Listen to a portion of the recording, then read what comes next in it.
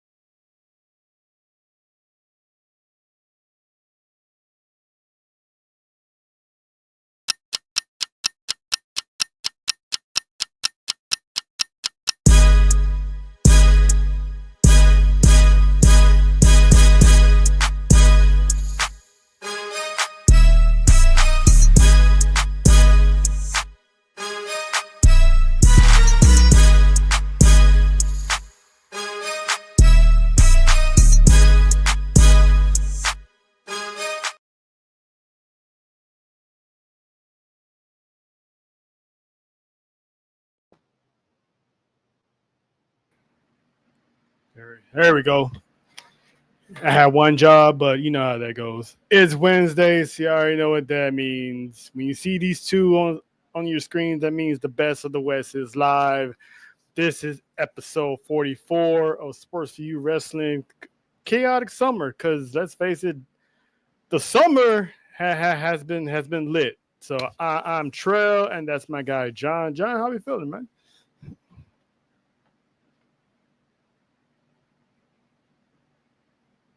Yep. I think you muted. I can't hear you. Oh, yeah. I'm back. There you go. Okay. I'm good. Everything great. Oh, man, that's good. It's good to hear. But let's get started. First things first, we got a guest today, and this guest has been a long time coming. We haven't seen him in probably like since last year, I think, when we was on his podcast. But without further ado, this man is the CEO, the head of the table, the founder of World Elite Podcast. That's right. Making his debut on the Sports for You Wrestling Podcast.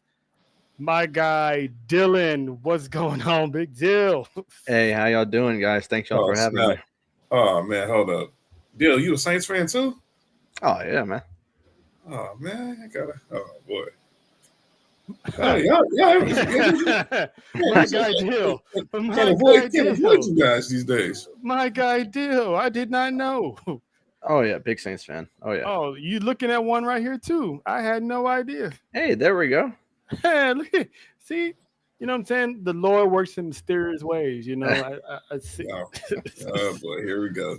I see you because you know, yeah, me and you can sign up to be a quarterback because but that's another topic for another day. But how you feeling, man? What's going on? Wife good? Everybody good over there? Oh yeah, man. Everything's going good. I was out for a while. Personal issues took me aside, but everything's looking good right now, man. We're all good over here. And just to let everyone know watching that I'm only going to be here for about maybe 30-40 minutes. Got to be up super early for work. It's left at 9 o'clock my time, so yeah, gotta be up super early tomorrow. Yeah, I understand because we got early morning work too, so we're trying to knock this out of the park as much as we can. So let's get into it and talk about some wrestling real quick. So let's recap about what happened on Friday, because we all know when SummerSlam went off the air, the last image we saw was an F5 to the franchise that pretty much set the IWC in a split reaction, right? So John Cena comes out on Friday, he's pretty much he's like a fool will stand up to Brock Lesnar at the age that basically at the age that he's at where his body is right now. But he pretty much still the same defiant John Cena, so he's not gonna quit. He ain't gonna back down. So not only did he call out the locker room, he basically called out Brock Lesnar. So I'm gonna hit it off the bat. Is Cena signing his death warrant, Dylan? Is this like not the right time for him to face Lesnar? But it's the greatest hits. It's bound to happen, right? I mean, with the whole outrage of Brock Lesnar coming back, I mean, John Cena was a big advocate for it. So if you're going to get mad at anybody, if you're not going to get mad at Triple H, TKO, Nick Khan, whoever, then you got to get mad at John Cena because he was, like I said, big advocate for it. He wanted to work with certain people in his final times with the company. I'm pretty sure at some point he'll work with Roman. I would love to see him work with AJ again. Good feud over there with him and AJ. But I mean, like I said, big advocate for bringing Lesnar back. So, I mean, if anyone wants to get mad about any of the stuff going on with Lesnar, then you got to get mad at Cena because he was a big advocate for it. But I think, we kind of know the history between Cena and Brock Lesnar. Brock Lesnar, that one match just, dominated him. I mean, suplexed him like 19 times probably in a row and just dominated that match. And traumatizing. Yeah. Oh, yeah, it was. He's a Cena fan. Definitely. He's a Cena fan over there. That's why it's traumatizing. Oh, yeah, I'd imagine so. But, yeah, I mean, regardless of what happens, I think it'll be good to see him go one last time at it. Yeah, I'm not going to lie. I love that match. That was like the greatest lopsided championship match I've ever seen in the history of wrestling. I mean, Cena kicked out, and it was murder, she wrote. John, your thoughts on basically you and R-Truth's superhero, John, still calling out Lesnar. When do you think we're going to get this match? Because are they trying to separate them for now? Because I'm looking at the Brock Lesnar dates, and none of them coincide with Cena's. So I'm looking at the dates, as you just said. We're not expecting no Brock between now and Clash in Paris. Because we now know Cena's facing Logan Paul. After he called him out, after he complimented him, then called him a dumbass on the same promo, which is classic Cena.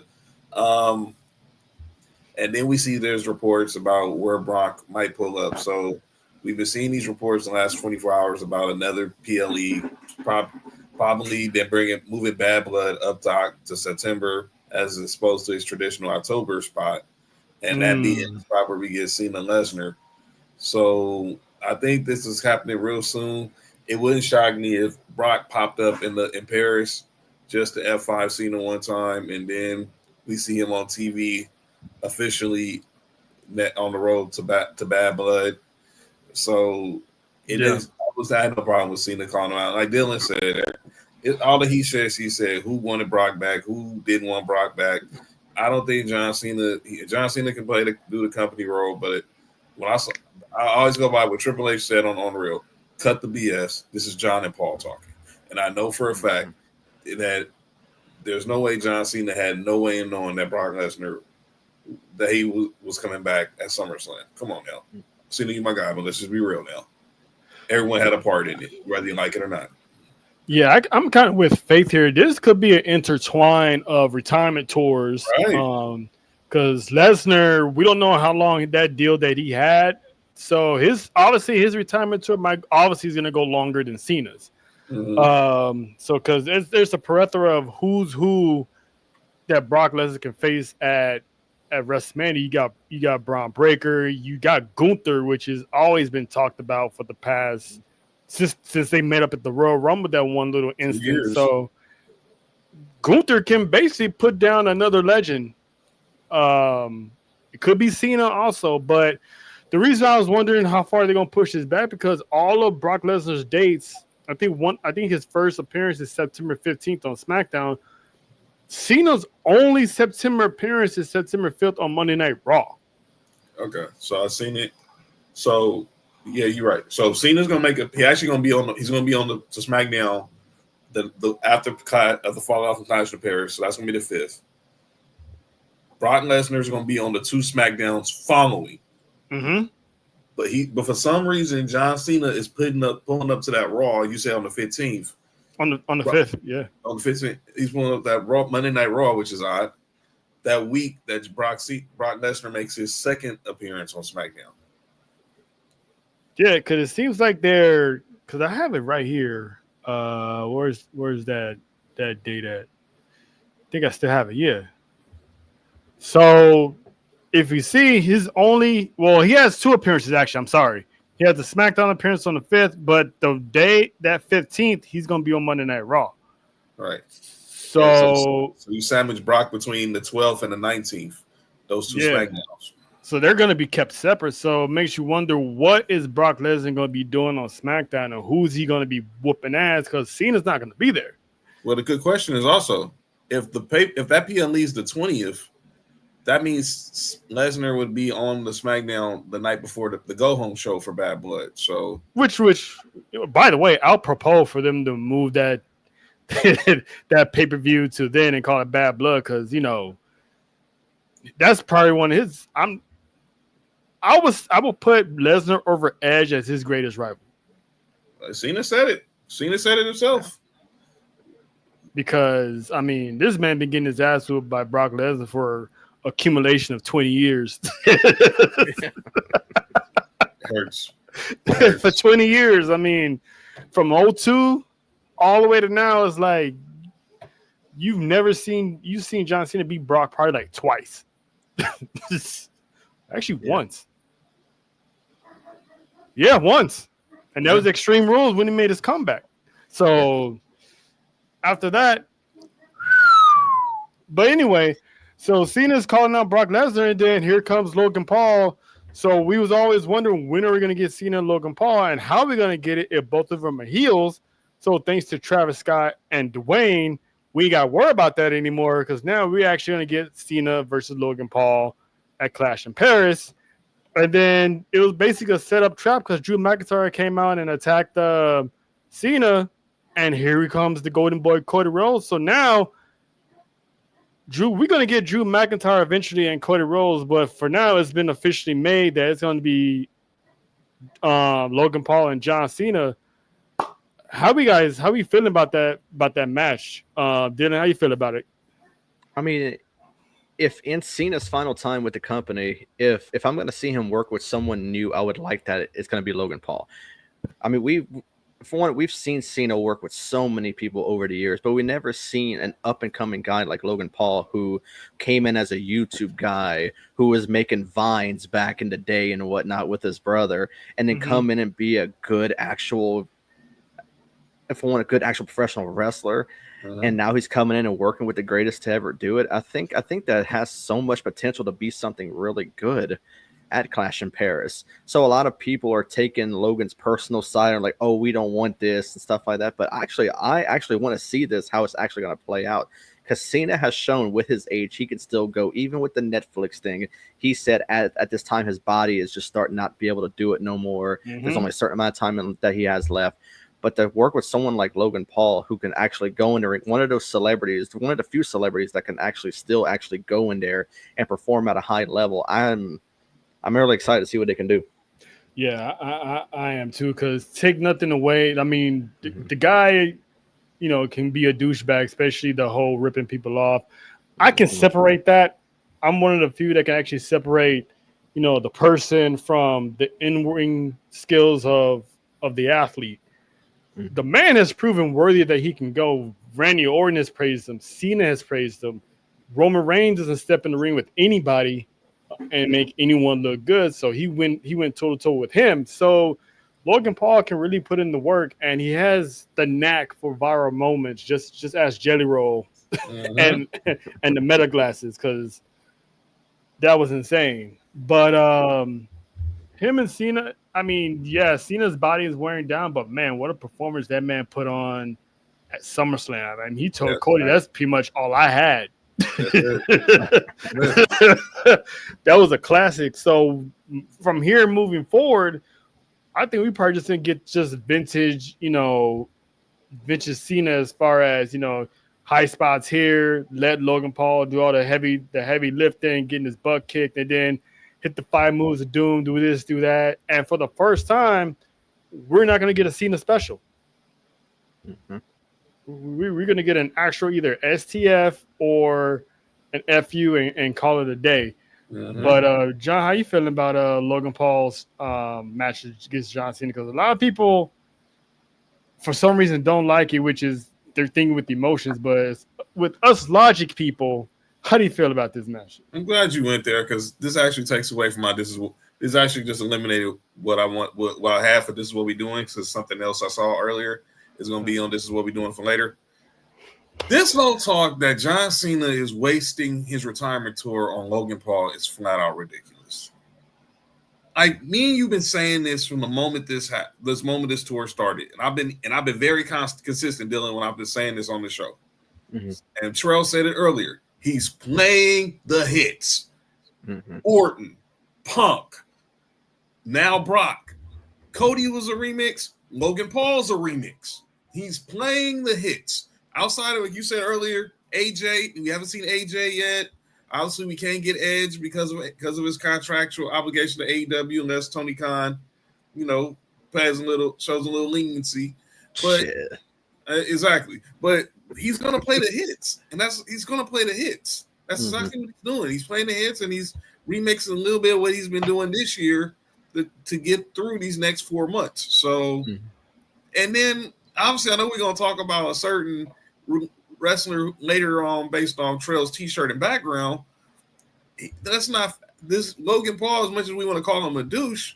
I think we learned over the weekend he has a big more of an IQ for wrestling than a lot of people. I'll just leave that at that.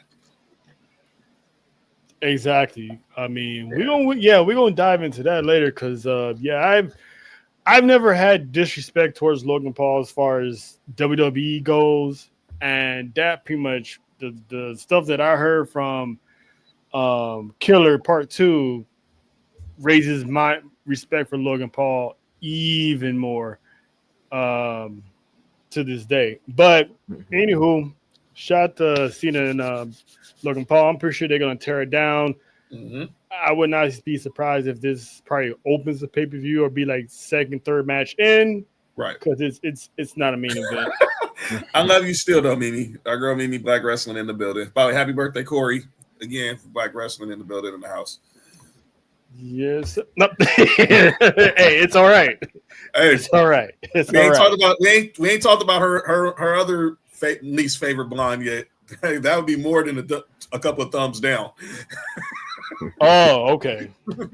But let's get into some bloodline business that took place over on SmackDown.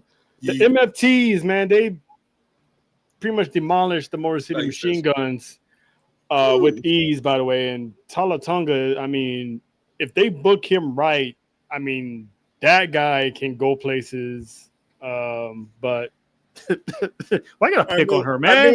This is why I posted a comment. I'm sorry. Why gotta pick on her, man?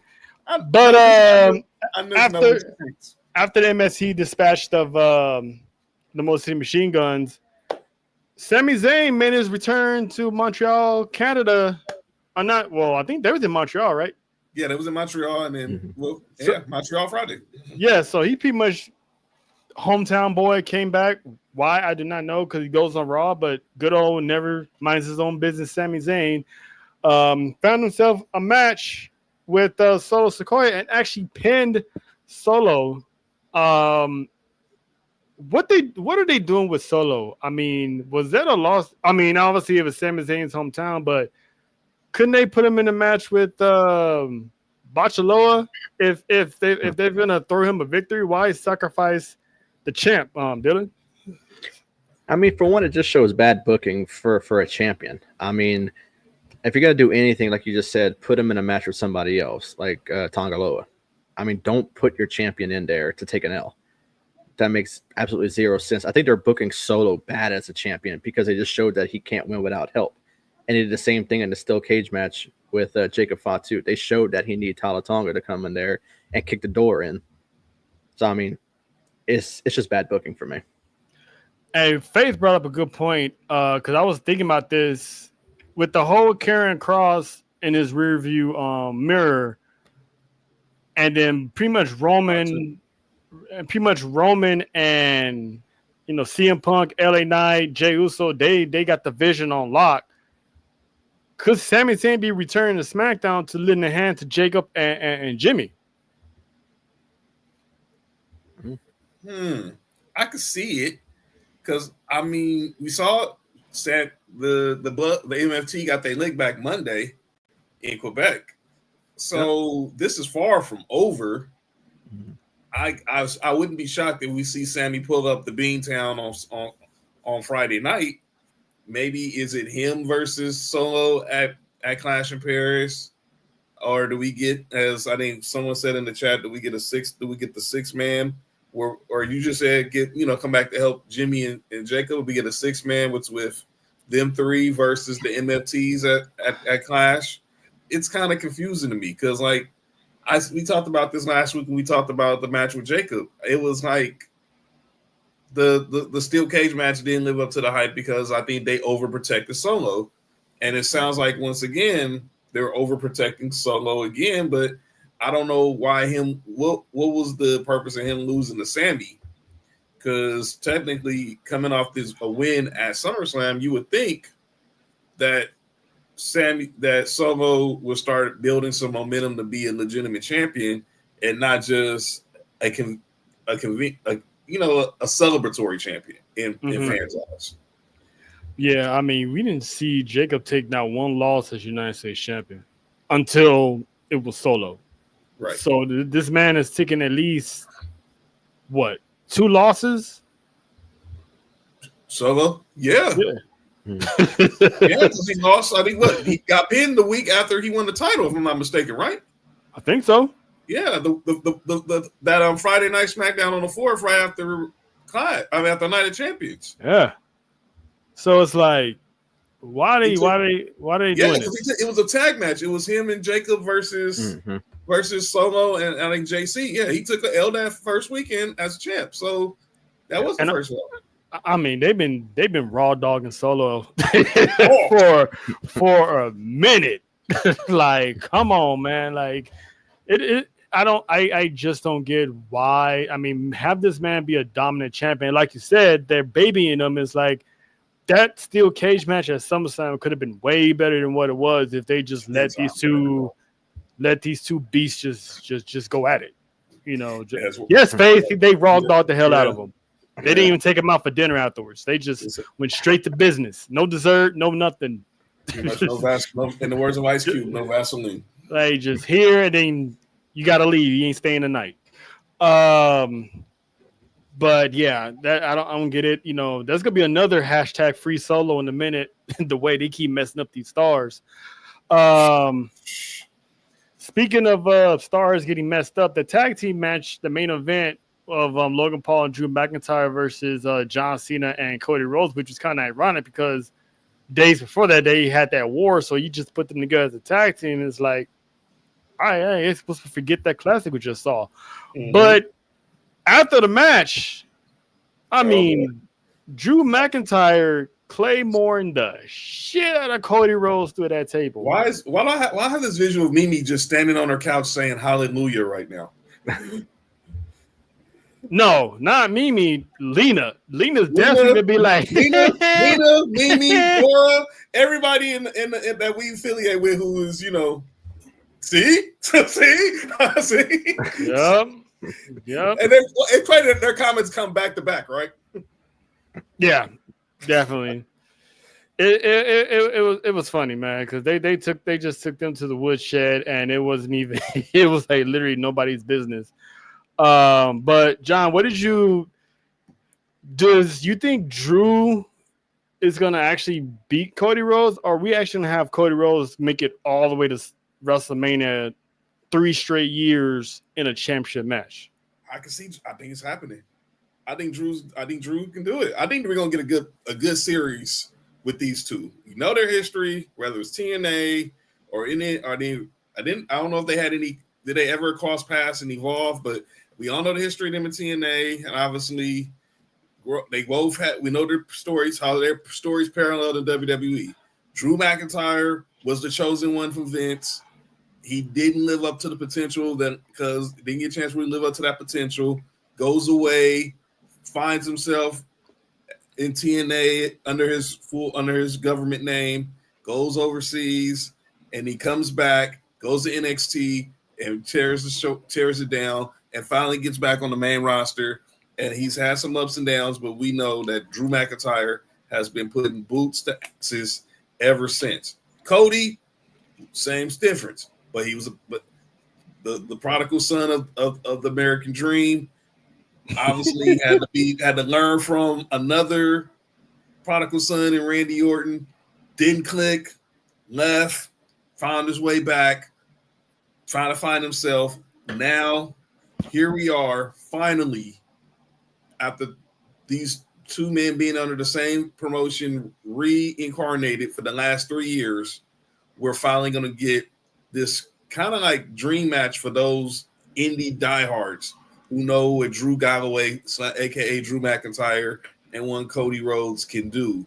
And that was the meanest Claymore I've seen in my life. Put that boy through a table. And not the top of the table, the side of the table. He said it. I'm glad you won, but I've been wanting to take the belt from you. And he did say that a while back when he told him, "I hope you beat John Cena because I'm gonna be the one." It's gonna be crazy to see when, but I think we get like a best of 3 with these 3. But I think Drew McIntyre somehow is gonna end up with some gold. Happy belated birthday once again, Bella.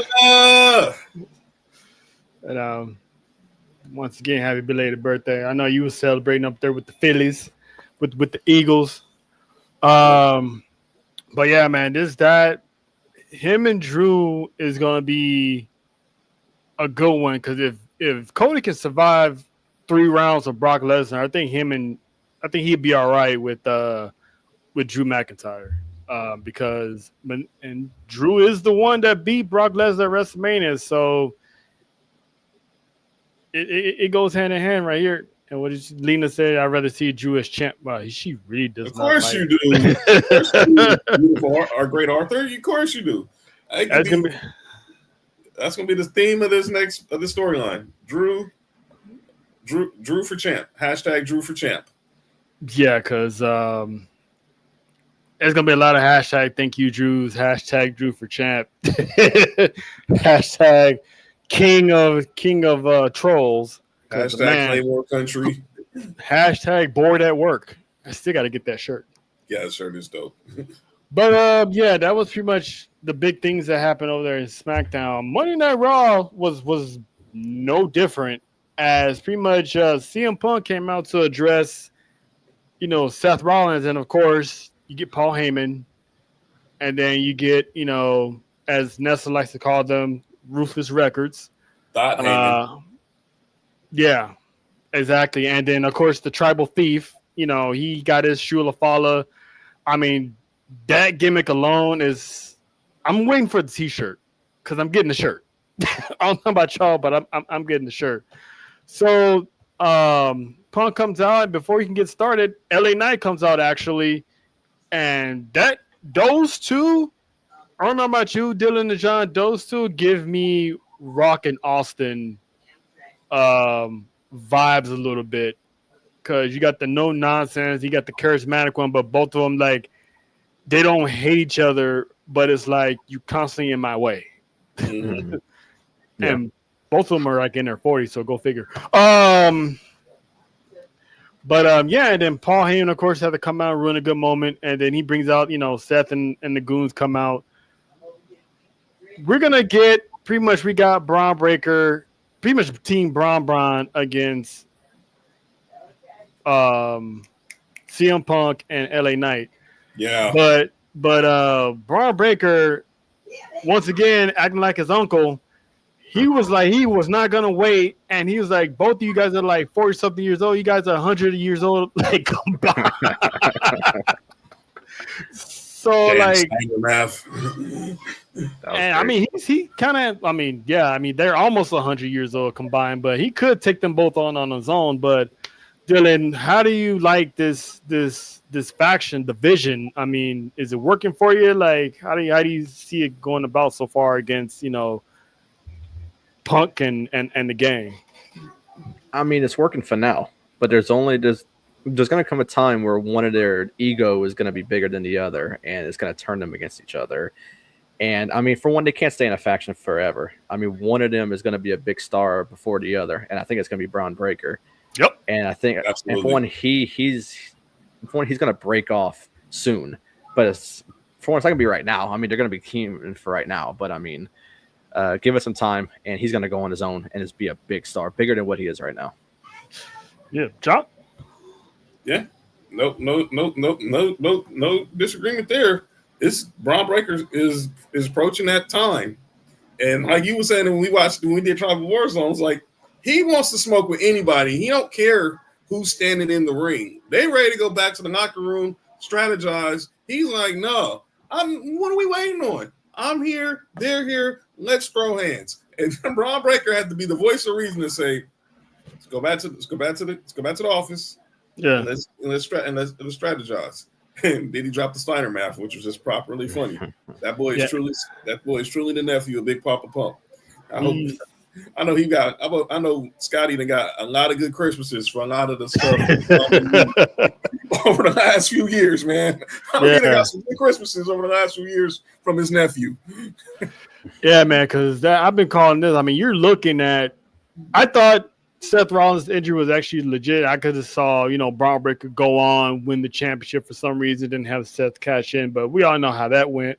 By the way, Seth Rollins on Good Morning Football tomorrow morning. So I don't like the Bears.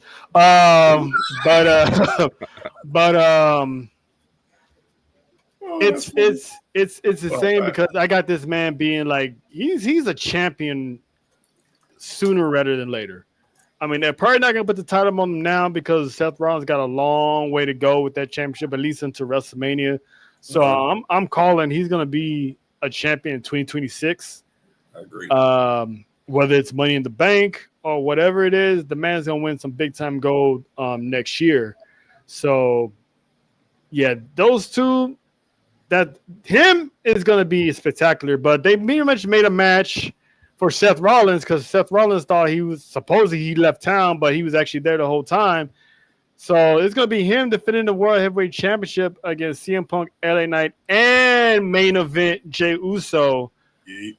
So that pretty much, as expected, freezes up Roman Reigns, who was a late scratch in to Clash in Paris because as of last Monday night, he wasn't mentioned or scheduled for Clash. They actually put him in there. So we're speculating, but obviously I think we're going to get Roman and Bronson Reed to kick off his road to Seth Rollins. So Dylan, I'm going to ask you first. First up, what do you think of the Seth Rollins' Fatal 4-Way match against his three contenders? Does he have a shot of walking out? I mean, for one, it should be a triple threat. There's a certain person that I don't think should be in that match. A certain person with the 4-letter catchphrase. I don't think he should. Oh, why not? I don't think he should be there. I mean, he got his chance. Yeah. He won it. He wasn't booked that good as champion. He lost it pretty quickly to Gunther. And now suddenly back in the title picture again, I think it should be triple threat, and I, for one, think sooner or later that he's going to end up back in the tag team scene. I mean, I know Jimmy. I know what's really going on with Jimmy right now, but I think sooner or later they're going to put him back together. I mean, I think the Raw tag division is in desperate need of help.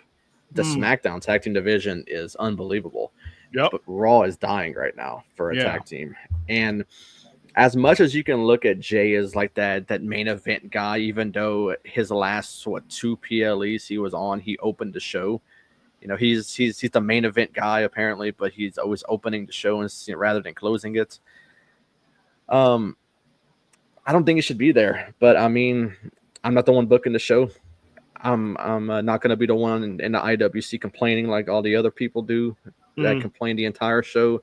So I'm just going to let it be, and I'll see what happens. It could potentially be a good match, but I think it should be triple threat. I mean, these 3 guys have been going at it, and randomly Jay's in it. So I don't know. I already know why Faith's keeping her mouth closed. She lives and dies by the yeet. But I think I see why you think Jay shouldn't be in that match. But I'm gonna be honest. I think they're only doing that because if you put Roman Reigns in that match, Mm-hmm. he's gonna be the odds-on favorite to win that match. Oh, of course. It's gonna be expected for him to win, and you're not gonna have him lose another multi-man match, and you're not gonna give Roman Reigns a shot at the championship this early with other people in the ring. So I think that was the only reason why. Because if you really think about it, is Roman Reigns, CM Punk, and LA Knight who literally got true beef with the Vision. I Mm-hmm. mean, once Jay lost the World Heavyweight Championship, I mean, you technically ain't got to worry about Seth Seth Rollins. But Mm-hmm. and to Dylan and Face Point, Mm-hmm. eventually Jimmy Uso is going to show up to Raw anyway once he's done over at SmackDown. And like Dylan said, there's your tag team, the return of the Usos, and then there you have it with whatever happens down the road with that. But yeah, I'm anxious to see Roman and Bronson Reed because then you'll go through Bronson Reed. Then we're gonna get him and Braun Breaker, which man, I can't wait to see Sign that. me up. Sign me up now. And then obviously my personal, hopefully this happens. It's gonna end with him and Seth Rollins at Mania, and Roman Reigns takes the title off of Seth Rollins, pretty much ending the vision. Because I think by the time we get to Mania, I don't see Seth Rollins with anyone. I think it's just gonna be him and Paul Heyman. Yeah. Maybe Bronson Reed still with them, but I think by then Braun Breaker is gonna be like having a big time WrestleMania match on his own. But there's that. But next, I was gonna save this for later. For is this what we're doing? But I can't ignore this. So there's been a lot of Grande Americanos running around. You got you had the Grande Americano, but now you get into Venti Americano, and then you saw the tall Americano, and then also I guess how do you say? I guess one of those puppy treat cups from Starbucks Americano. Dylan, who do you think the other Americanos are? Is it Pete Dunne and Tyler Bate? I think so. I mean, obviously we know the other one's Ludwig, but then the other two, yeah, Pete Dunne, Tyler Bate, yeah, easily. Because I think I recognized Tyler Bates' face the first time he started showing up. So I at first I'm like, why is Ludwig doing this? But then now you got a whole group of Americanos. It kind of reminds me of Doink the Clown when I was a kid. You had like all these little doinks running around with Big Doink. So whenever Chad Gable comes back, are they just gonna strip him of the Americano act, or are we gonna have Americano versus Americano at some point? Like, But Kaiser's doing it better, honestly. I mean, look at Triple A when he showed up over there. He's on Saturday. He's in a 4-way match for the world title over there with Dom Vikingo and Dragon Lee for the title. So for me, he's doing it better than Gable is. But with Dunn and Bate, I mean, you have the Raw tag division that is in dire need of help, but that's what you have them doing. that's I mean the broad. I mean these guys are right there, and you got them doing gimmicks.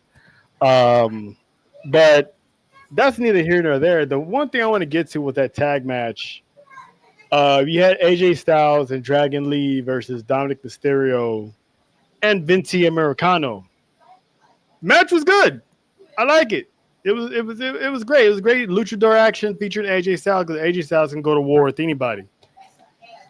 But shout out to Brandon Bean. But fellas, the ending sequence to that match,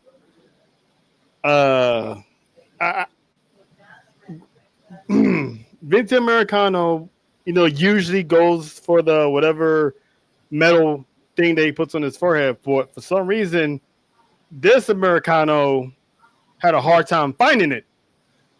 First of all, so it took him about 5-6 seconds to find that. And no, because he's gonna get these jokes. So Always. he picked it up and Dummy didn't know how to use it. He got knocked down, dropped it, and then what does Dominic Mysterio do? Sick freak. He picks up the dirty, ball-infested pubic hair, probably attached to it, That's metal plate, puts it in his mask, nose first. It has to travel I-95 up to the forehead. So he's pretty much rubbing the nutsack all the way to his forehead. So in order to win the match for the team. So I mean, he basically turned into Dirty Balls Dom at this point.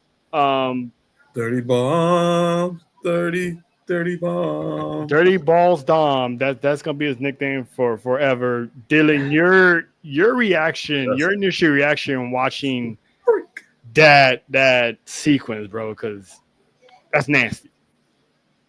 Yeah, man, it was rough. Just trying to comprehend what I'm looking at. I mean, the man got teabagged, right, John? I mean, he basically quintessentially got yes. He got European teabagged. Yeah, that's just dude. You got a man's German nut balls on your forehead. What is wrong with you, dude? Nut juice on your forehead. What is wrong with you, Dom? And I said for something. I said it on Monday, and I'll say it again. He wind up probably having the same breath as Tiffany. But anyway. Oh wow. He's just, I mean, that's not a good scene. You on your way to Mexico to possibly win a championship, and that's not the look I want to see. I want to see someone say Eddie Guerrero would have did it. No, he would not. No, heck, he wouldn't. No, he would not. I mean, he's the one that puts stuff in Big Show's burrito. It's not the other way around. He never get caught with someone else's junk on his face. So that's disgusting. It is what it is, man. The dude is disgusting. Your guy is disgusting. He got balls on the brain. That's just sad. That's sad. He literally had balls on the brain, and that's a man you like, huh? But all right, well, Dylan, I understand you got pretty much bounce. So before you go, let the world know where they can find you and what you be up to. Yeah, man. You can find me on Twitter at World Elite Pod. We go live every Monday at 6 p.m. Central, 4 p.m. Pacific. That's every Monday except this week. We had a scheduling issue on Monday, so we went live today at 6 p.m. So go check out the replay on that one. It was a lot of fun. But yeah, man, every Monday, check us out. I mean, everyone in the chat. I mean, we'd like to see some new faces over there. So yeah, you heard the man. That's a hardworking guy over there. The whole new World Elite podcast, loving it. It looks dope. I mean, you're killing it, Dylan. Proud of you. Appreciate you for pulling up. So, but yeah, man, go ahead and get you some rest, and you have a good night, man. We will link up again for a longer bit of time, but I appreciate you for showing up anyway. So we'll plan this out for sure. Absolutely, John Trell. Appreciate you for having me, man. Appreciate you, my guy. Yep. All right, y'all take it easy. All right, Dylan. Yeah, you sticking by him and the sweaty balls, so you guys got a lot in common. Yeah. But anyway, you're on your island you on Revis Island with that one. That's a hey. So what's going on, Mimi? The Turkey Tech, he's in the building. Turkey Tech is in the building. 619 represent. Lena saying the spikes are coming. Is that strictly for John with whipped cream or what? What am I getting spiked for now, Lena? We didn't tell Dom to put Kaiser's ball juice on his forehead. I mean, that's a freaky dude, man. Hey, he's a 69 god. Hey, like balls on the face. Hey. Yeah, man, he's out here going, taking that 6 and 9 and that 619 to a connotation we do not need to know about. Nina, we're not disrespecting. Did you not watch, or were you too busy, or were you too busy trying to set John up to be a victim? Yo, is that we on right now? That's what we on right now. Okay, that's what we on right now. Okay, he was trying to set you up to be a victim, man. Trying to get your passport ready, set, and go. You know what I mean? Okay, all right. I'm keeping my mouth quiet this time. God damn. balls on the brain. Dirty Dom, Dirty Ball Dom. That's the hashtag. Hashtag Dirty Balls Dom.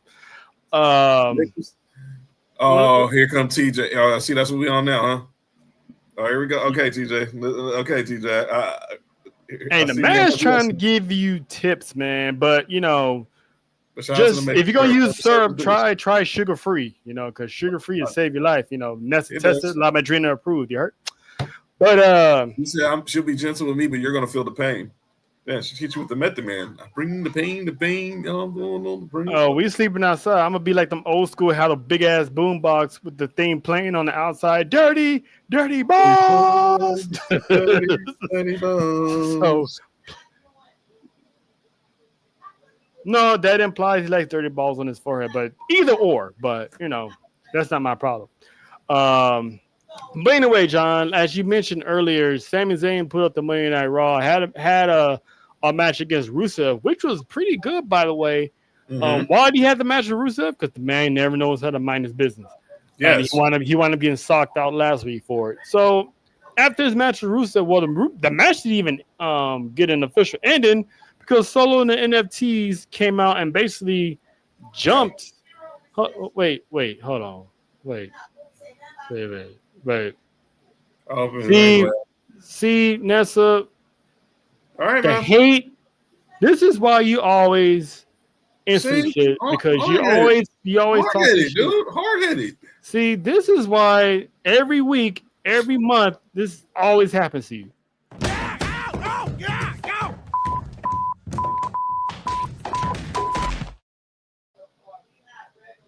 Talking shit all the time. So, just chill. Just chill. But anyway, I'm pretty sure I'll pack an umbrella, so I'll be cool. Shout out to Texas. Hey, you know what? Mimi, you gonna get off me. All right. All right, you gonna get off me. You gonna leave me alone. Yes, the radio. They got big boom boxes in Texas. Everything's big in Texas, including the radio. So, but anyway, as we were saying, the MFTs came out and jumped Sami Zayn. So, like you were saying earlier, we could be getting Sami Zayn heading back to SmackDown, basically by alliances. Do I need to know where she's going in at? Don't need to know. Hey, yo! But yeah, so your thoughts on pretty much Sami Zayn going pretty much handling his business against the MFTs. Nessa and Mimi, wherever y'all going, wherever y'all going in, that's between y'all. No judgment here.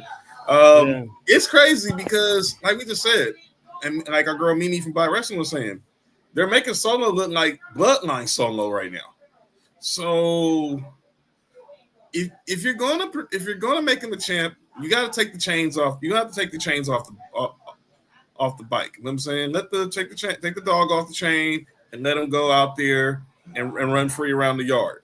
But there's sometimes they're keeping him chained. They're keeping him on the leash a little too long, and we don't want Solo just be known as the Bloodline enforcer, because clearly we see he has personality, he has character, and I think he can hold the championship. We didn't get a chance to see it in NXT because obviously they rushed up his call up after his knee injury. So let him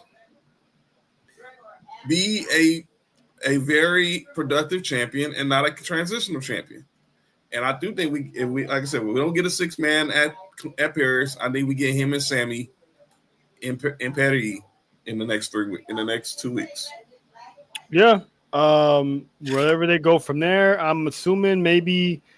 I mean, if Jacob's in the match, they gotta, because there's gonna be an interesting dynamic seeing Jacob and Sami Zayn on the same team, because Jacob's gonna be like, "Hey, who you got in mind?" And Jimmy's gonna be like, "Well, I got somebody." And then here comes Sammy. I'm pretty sure Jacob's gonna be looking him up and down, like, "Man, you better get in where you fit in." You know what I mean? So he better get in where he fit in, because if he's not, Jacob gonna turn him up. But I got those guys winning. But there was another war that went on. Well, not yet, but I called it a mile away, and that is we had Roxanne Perez and Io Sky in a banger of a match. Dope. And what I was reading, creative thought the same way. Straight dope. Oh, me? Nah, I don't know what that means. I draw periods with my pen. I don't know if that helps, if that counts. I use a red pen. I draw a period, so I don't know. But anyway, that match was a banger, of a banger, and pretty much the Kabuki Warriors came out and tried to help Io and pretty much cost her the match because, Roxanne threw Io against Kairi and Asuka, knocked them down. So basically, we're getting a feud that's supposed to have been happening later on down the road, but with Naomi not being there on Monday, so it kind of fast-tracked everything. So now we got Asuka and Io beefing with Kairi Sane in the middle. John, what do you make of it? What do you see happening out of this? We're gonna get a dream match. We're gonna get the two queens from over in Japan. Not really. Well, I think. Well, I was responding to Faith. Okay, got you, man. Yeah, okay, all right, Faith. I see what you did there. But we're gonna get these two queens. This is a dream match, and we don't know how much time we talking about Cena. We don't know how much time Asuka got left either. But her and Io, this is about to cook because of events that happened Monday. They had to hit the fast forward button because I think you've been calling this for some time that this was bound to happen. But I think with what happened Monday, where the match that Io was supposed to be in, they was like, you know what? Let's fast forward to this right now. Let's go ahead and get these two active right now. I got Kairi Sane torn in the middle, but she's obviously going to choose her Kabuki Warrior teammate.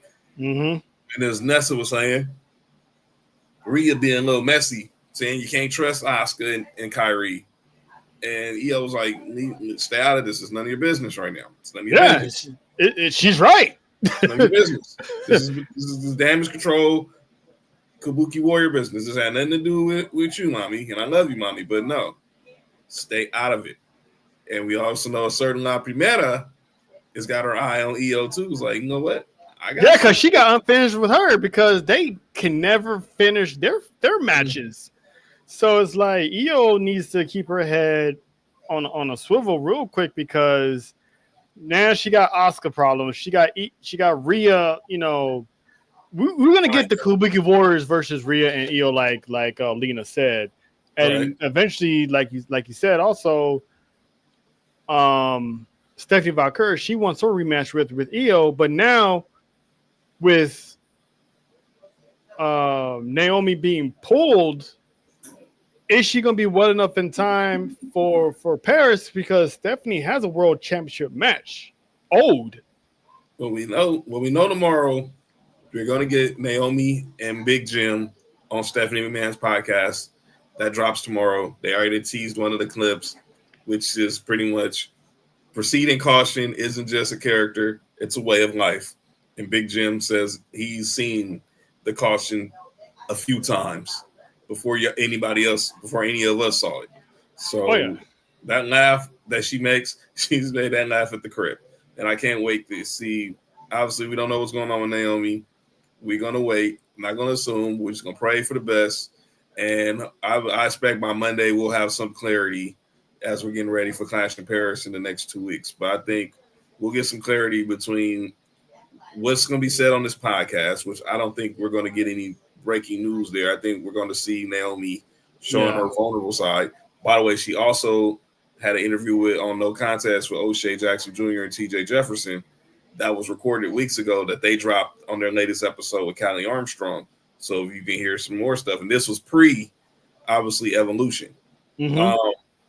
So with regards to Naomi, we'll see. But with regards to Io, she just got to watch her back. Yeah. She's got to watch her back. Because Stephanie got gold on the brain. Stephanie got gold on the brain. Io got gold on the brain. Rhea just always has gold on the brain. So somebody's going to be catching some hands. Oh, that's really fake. Really. I love Naomi. But I'm just saying. Bianca still. He is. But My little Knoxville, Tennessee heart loves Bianca Nicole Blair. That's all, and I still love Trinity. Guilty. As hey, to innocent to proven guilty. But yeah, still. But yeah, we'll see what's gonna happen. I can't wait. I can't wait. And EO, Asuka, sign me up. Ready. Yeah, and the last thing I heard about Naomi, she was backstage on Monday Night Raw. That's right. So I don't know. Maybe she had food poisoning because she was perfectly fine the week prior. So I didn't hear nothing that she had an injury or anything like that after the match last week. So, or whatever she did last week. But yeah, she was backstage not live, but she was backstage in the building. So we'll see because if she comes back, whenever she comes back, does Io get her shot? Do they just scrap that all together and just proceed to Paris? And then after she beats Stephanie, does Io get another shot and then you have Asuka screw her over? I don't know. I think Asuka's definitely gonna be messy because she's gonna make sure that Io doesn't get any gold. As much as I think Asuka probably will want one more run, I think she wants to be the one who takes the gold off the champ and not Io. Okay, Faith. I can separate art from the artist. Sister Faith. She said, "How you gonna love Bianca? Have a heart for Bianca, but love the ops?" That's hey, I can separate art from the artist. It's all black love. You know what I'm saying? But we all know who number one is. That is the EST from Knoxville, Tennessee. Shout out to you. Get back soon, B. I miss you. That's insane. I miss you. That is insane. But yeah, I mean, like you said, they moved Bad Blood to September, so we could see Io versus Asuka at Bad Blood, which, dude, it's some bad blood. Dude, I would love to see that match with those two and Kairi Sane just stay out of it. I can see Kairi Sane being torn with those two and pretty much just walks away. I don't see her siding with anybody.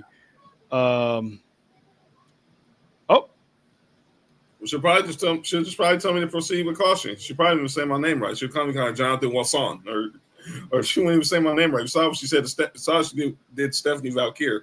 She called her Valkyrie. Did she call her Stephanie Valkyrie or Stephanie Valkyrie? Hey, I'm not gonna lie to you. My mom would probably do that, so I think it's probably just a cultural thing that she probably legit. You know what I'm saying? So I'll stall out on that one. Yeah, I ain't got no problem with that. She could. Naomi can say whatever she want about me. You ain't gonna hear me say anything negative. Yeah, because Big Jim is standing right behind her. I wish she would say so. I love the bloodline. Big Jim. Salute, my guy. But yeah, that match alone is gonna feed families, man. It's gonna feed families. That belongs on a marquee. And like Lena says, no more damage control. This is it. Like Asuka just got back. Io's doing this. Kairi Sane is just flying around. This is gonna be it for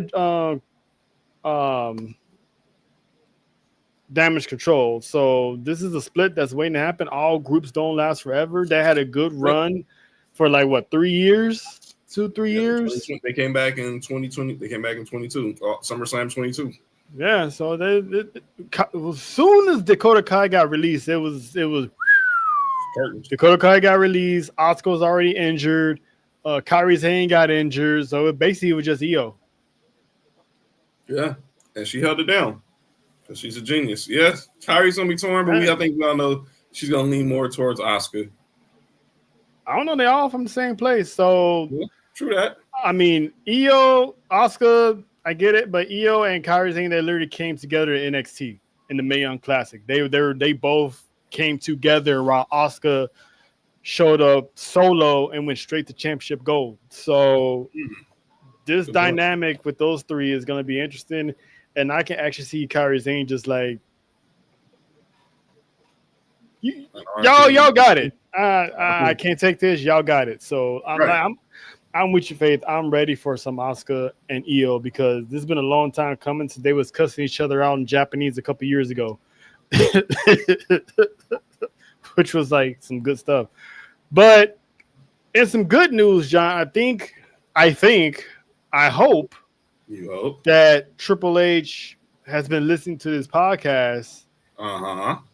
We might be getting Bloodsport Natty debuting in WWE real soon because obviously Maxine Dupree had her championship match against Becky Lynch, aka Uh-huh. Shout out to Marty. everyone's complaining about the championship match. It's like they only did that because they advertised a championship match, and unfortunately, they had to make they had to make the match with her and Maxine Dupree Intercontinental Championship match. They had to. It was already advertised. Cards subject to change. Right. So, it is what it is. But after that match, because easily she tapped out with the quickness, not even 5 seconds, the girl was already like tapping out. Can we call that a match? It was an exhibition, Faith. It was a practice run. Hey, teams have. Hey, we're watching. NFL training camps are going on. Teams have joint practices all the time. Yeah, it's This is Browns. This is the Browns Eagles joint practice, and unfortunately, we also have it with Shador, sadly. But yeah, this is the Browns and Eagles joint practice today. That's what Becky. You saw how Becky was getting workout for this match, laying a blanket on the beach in Playa del Rey. Exactly. She was definitely sleeping on Maxine with good reason. But yeah, the match or the lack thereof. The little scrimmage went by quick, and then she tried to beat up on Maxine even more, and then we got Natalya stepping up, which I'm a little bit shocked that they're actually having Natalya step up. Mm-hmm. So we're going to get Becky Lynch and Natalya eventually. Will it be Clash in Paris? I hope so. Even in a losing effort, give me Bloodsport Natty. I think we will see her this Saturday, my friend. Oh yeah, we definitely getting Bloodsport Natty in Mexico because she's been Bloodsport Natty in Mexico. Yes.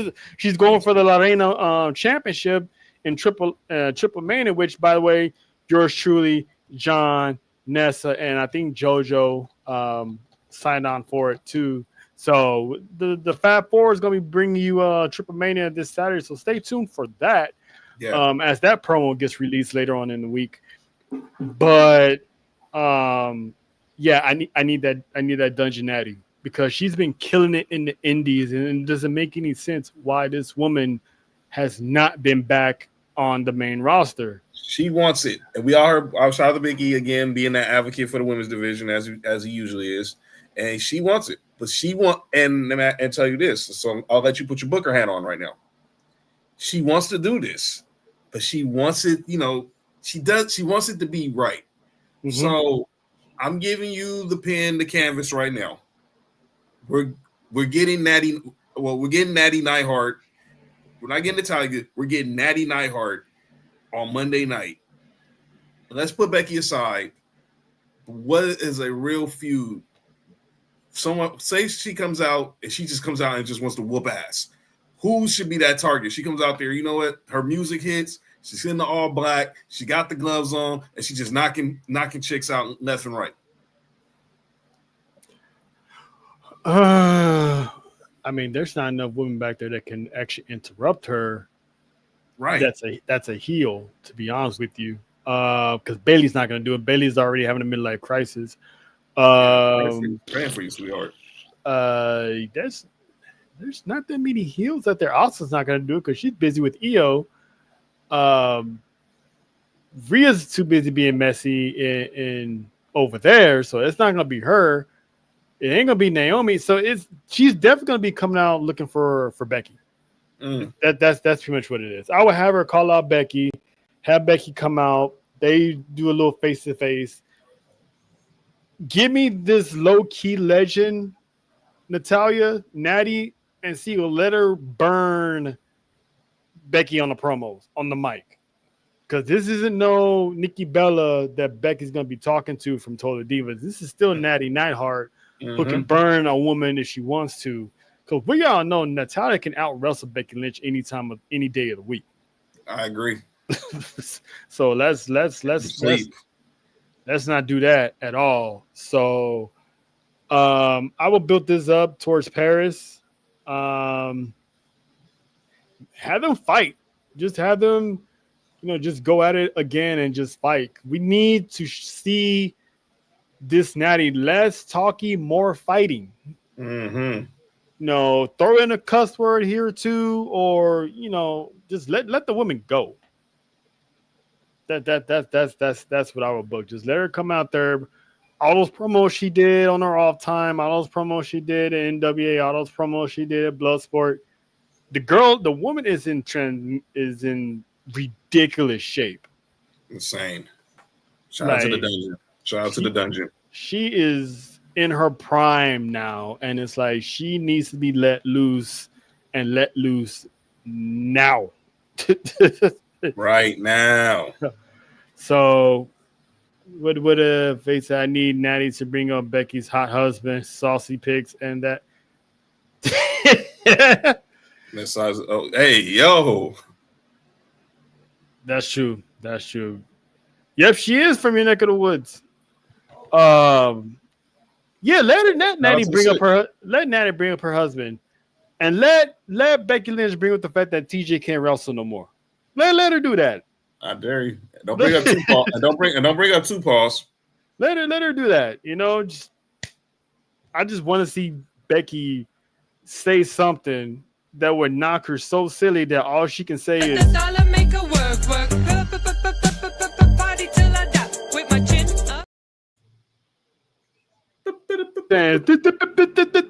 what happened to me? Gotcha. What happened to that girl? So she said, yeah, she did, and it's like literally insane that this is. I can't believe we're getting it, and hopefully we get this because if I see happy, hey Natalya, I'm shitting on this match, unless the bell rings and she metamorphoses into Natty. I want to see Natty dressed in black with the ponytail, this pretty hair down with the Hart family colors. Come ready for battle. That's right. That's what I want to see. But yeah, we already covered the tag team match with CM Punk and LA Knight, so we already know what that happens and the matches we're going to get out of that. Let's go on to basically one of my favorite topics now that we do now is basically the news and injuries that's going on in the world of professional wrestling. So, John, you remember this guy from Prairie, Oklahoma? You gonna be able to do it? Good old JR basically discovered the kid. Okay. And he went on to AEW, then also went ahead and had an MMA career. He's a real American. Oh, yeah. Jack Swagger, real name Jake Hager. You remember that guy? Yeah, the all-American, American. So I was sitting here wondering what the hell, where's this man been at? Because AEW, Tony Khan, everybody's sitting on the burners all the time. So you always wonder, where these people at. Apparently, John, this man's been retired. Who would have thought? So after his AEW contract expired in May of last year, the man basically retired because he was on Soraya's Rule Breakers podcast, and he basically said he's been, happily retired. He had like a handful of dates after his contract ended. He did some few independent scenes or whatever, but now he's happily retired with a trucking company. Yeah, saw that. Yes, that's him, the one with the lisp. That's Jack Swagger. Swagger. Yeah, the lisp. Because he's from Perry, Oklahoma. So yeah, he talked with him. He did talk with him lisp. He was the bigger, stronger version of Cody. He really was. He really is with the lisp. Yes. I wonder, does he still have the hat? I mean, you know he loves them hats, man. Yeah, you love this. I love this hat. We saw that live in the forum. Told Ricky Starks, aka Ricky Saints, I love this hat. He did. But Your thoughts on his retirement? Low key retirement, because I didn't know nothing about it. Yeah, I mean, he's one of those guys that I could see that probably would have done something like that. Stay out of the spotlight. I'm gonna go retire. I'm gonna start my own business. And then when someone asks me, well, are you still wrestling? Oh, no, I'm retired. And it'd be like, afterthought to him, but it'd be shocking. I was like, wait, you retired? Like Jack Swagger, Jake Hager, obviously, was the former ECW champion, United States champion, Mr. Money in the Bank, won the world heavyweight champion. And of course, went to AEW and obviously was in the inner circle with Chris Jericho and everything. But congratulations to him on his career. I mean, good 20-year run almost in pro wrestling. Former wrestler at Oklahoma, played football at Oklahoma, discovered by the great Jim Ross. So hope he's able to find peace in his retirement, health, strength, and good wealth, and good luck with the trucking company. Yeah, I mean, shout out to Hager, man. And it'd be kind of cool if he's like working with that hat on, because that's a good fishing hat. It really is. That's a good fishing hat. I fish in this hat. He probably would say that. But yeah, so in some AAA related news, we did mention on Monday that Corey Graves and JBL are gonna be announcers for the English version of Triple Mania. And of course, Conan is going to be there as well. But also on top of him being there, there's been rumors that WWE is actually interested in signing Conan to a Legends deal as well, which would include T-shirt merch, action figures, all the good perks. So this is the first time K-Dog would technically have a contract with WWE. I mean, this man has a long career in wrestling. I mean, he's basically a lucha legend that people, he's an OG. I mean, he's Rey Mysterio's OG. So That's crazy, right? So he brought this man to America, and look what happened to Rey Mysterio. But yeah, man, your thoughts on pretty much K-Dog possibly getting a Legends deal on top of having his own AAA contract? It's good. I mean, after I first saw Conan in WCW, obviously before we got the true Conan gimmick, obviously him repping from the Barrio. Obviously, he was a luchador, kind of like he was more like a Vikingo back in the day, a little bit more grimier. But he was dope. But he was a dope wrestler. I saw him in WCW, and then I remember he joined the Dungeon of Doom. And that's when we got to see the real Conan. You know what I'm saying? That's when we started to see K-Dog repping for the Vatos. And I was like, yo. And then he joined the Wolf Pack. But yeah, I'm happy for him. And look, he discovered Rey Mysterio. And see Nessa, that means he pretty much discovered Dominic Mysterio, because pretty much it's like his uncle. So he has done a lot for Mexican wrestling. And I think this is a good way to show some good faith in this whole partnership with WWE and AAA to honor a legend like K-Dog. Yeah, I agree. So shout to K-Dog. Hopefully that'd be good for him. I'm loving it. I'm digging it. So good for him. He deserves it. The man does deserve it. Get them checks. So now also we're going to talk about a certain someone here who's in the middle of a bidding war between NXT and the main roster. And that is one Sol Ruka, because there's been pretty much reports that the main roster, they are very high on Sol Ruka, because she did some work on the main roster here and there, where she had the tag team match with Evolution with Bizarria. And there's a big time thing going on internally in the main roster that a call up is coming sooner rather than later. But NXT is still trying to keep her down there, because they feel like she's still more valuable, down there. Because we still haven't got a Zarya Sol Ruka feud, so we're still hoping to get that. So your thoughts on this tug of war, and in your opinion, where do you think right now Sol Ruka is better off at? I want at least. This might sound crazy. I would love to see her at least get one shot at the NXT Women's title before she gets the call. And I know we got, but there's a long line that she's gonna jump ahead. But she's been putting that work. This sister, again, she's a sister. Her daddy's black. I looked it up. Shout out to the IE representing the IE. I was in the IE. Her dad, legendary guitar player for the Skeletones.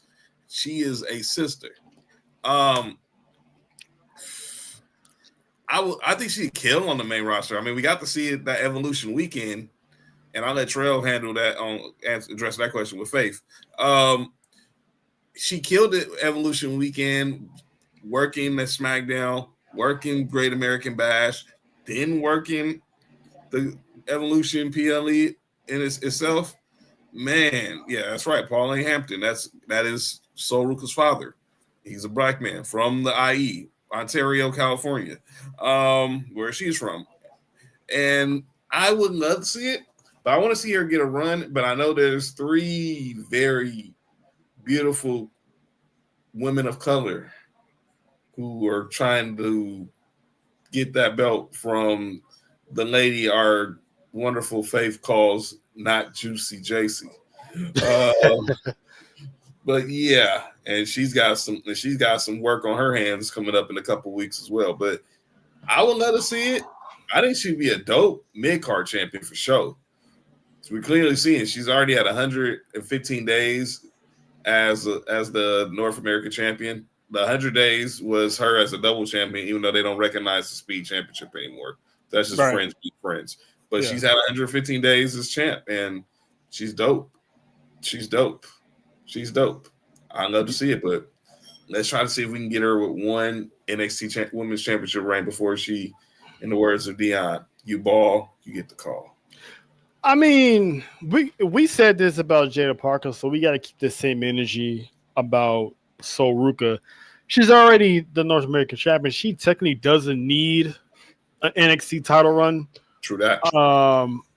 She can lose this championship to Zarya or someone else and still have the feud with Zarya and get called up. Mm-hmm. But I mean, it's.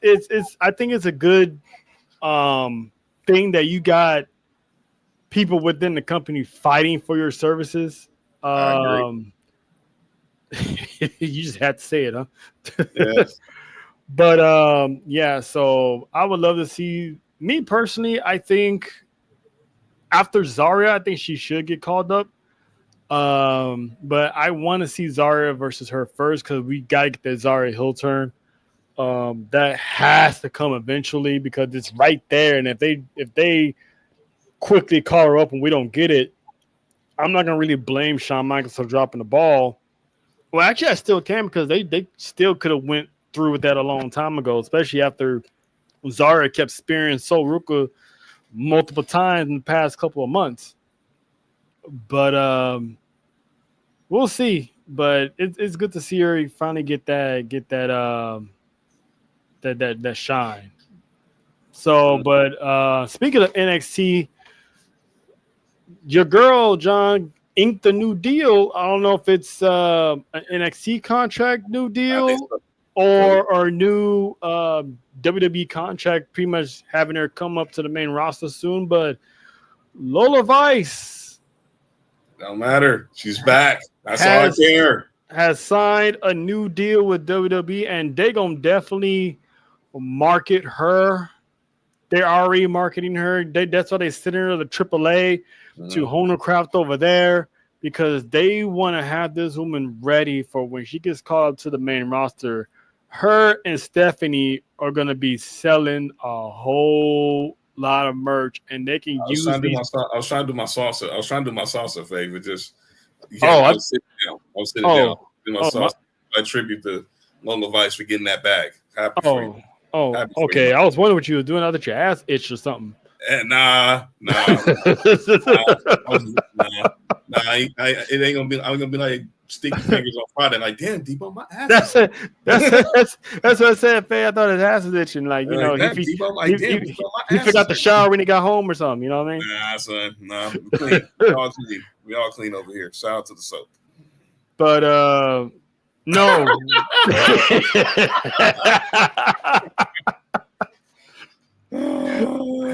I wish I could. I wish I could, but you Shout out to know, us, man. but you two be hating. Um, Yeah. but yeah, man, she inked a new deal. I'm happy for her because that means that they're making a long-term investment. Like I said, she can use her as a marketing tool, especially down there in Florida, where she's from. In Miami, there's a lot of diversity, obviously, diversity in Miami. She can be the spokesperson that little girls from that community can look up to. And then, you know, her little sister, she's doing MMA. So ain't no telling, one of these days you might see baby sis pull up to NXT. Yes. I mean, having the Laredo sister, it's like having the Barbosas doing a podcast together. Look, we were at the wrestling. Look, we didn't get a chance to link up together because I was with Sophie and her mom at the time, but you was there. We was at the WrestleMania kickoff event for SoFi. And Lola Vice was on the dais with Roxanne Perez, with Dom, obviously representing for all the Latinos and the Latinas. That showed us there. She hadn't, and obviously she had just been signed to her PC deal. Mm-hmm. She wasn't Lola Vice. We were still calling her by our government. We were still calling her Valerie. But man, the progress she's made in the last 2.5 years, breakout tournament winner. She's been dominant in NXT Underground, which is pretty much her sanctuary. Literally, she's like undefeated, ain't she? Yeah, she beat Shayna Baszler. She's beat. I mean, she welcomed Jada Parker into the crib, and yeah, she was like, yeah, we're gonna walk it out that way. Yeah, heaven did bless us that day. Amen. Heaven definitely blessed us because we were there. We were right there. Good Lord have mercy. And don't forget Wildlife Mania. God. All right, back to the show. Back to the show. But yeah, she's dope.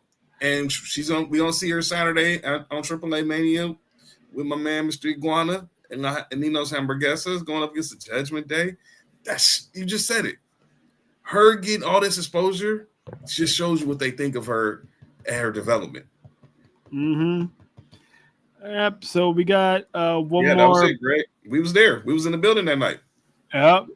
It was her, Roxanne, Raquel, and Dom. They was on the stage together at SoFi. We was in the building that night. Yep.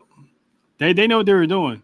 Yes. But we got one more cool piece of news before we get to the injuries, and that is WWE has secretly put a pay-per-view that's going to be at the same time as AEW All Out. And this one isn't going to be NXT. They're calling up the main roster for this head-to-head battle, which supposedly is supposed to take place in Toronto on September 20th. Could it be Bad Blood? Or are they going to have something else? Because you said they moved Bad Blood to September, right? So the rumor is that this tweet that you have posted from Prof, that the yet to announce WWPLE that's going to take place Saturday, September 20th in Indy, aka McAfee Country, is supposed to be Bad Blood. And obviously that coincides with AEW All Out in Toronto, which is going to be a very heavy card. Obviously, Canadian, it's heavy for the Canadians. But yeah, I think we got a feeling who's going to be the big guns on this card if you just follow the tea leaves. Yeah, and obviously, when I first saw this, I'm like, oh, Brock Lesnar, Cena's going to take on AEW. Yeah, absolutely. That's it. That's a main event. I mean, they must have looked at All In and was like, damn, they smoked NXT and Saturday Night's main event in one show. Mm-hmm. So they're like, this is literally the first time the main roster is going head to head with AEW. Because usually it's always been NXT or NXT's PLEs. This is the main roster. They're putting out they're calling the heavy artillery, the big backup. So I'm wondering what that is. Maybe it is gonna be Bad Blood because they did also. There is a rumor that they already signed copyrights to Fall Brawl. Yes, and Super Bowl. And so we know Super Bowl being more towards the Super Bowl, but yeah, fall the classics. Yeah, the old WCW classics that was in the fall, they're bringing them back. So I don't know if it's going to be for the main roster or for NXT. God, I hope they bring back Starcade. That's definitely going to be NXT. If they do that, I have a feeling that's going to be one NXT pay-per-view. Maybe get rid of Deadline, but then Deadline, they have that one staple match that they have over there. But who knows? But yeah, I think this is gonna be good because once again, if it's gonna be at the same time, you already know the drill, John. 2 laptops open. Yep. This time I can do the 2 laptop thing now too. Yeah. Yeah. So we definitely gonna be doing like double coverage. Oh, Yes. Face said Unforgiven. They should definitely bring back that one. Judgment Day. Yeah. Oh, yeah, that's true. Unfortunately, we gotta do some injury updates on people. Oh yeah, one of these really bummed me out.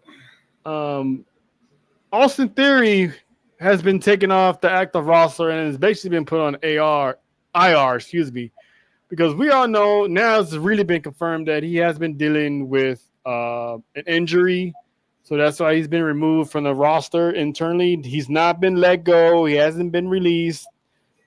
It's just the man is injured, so they took him off, and they usually do that when someone's injured, just like in any sport. Right. They remove the athlete from the roster.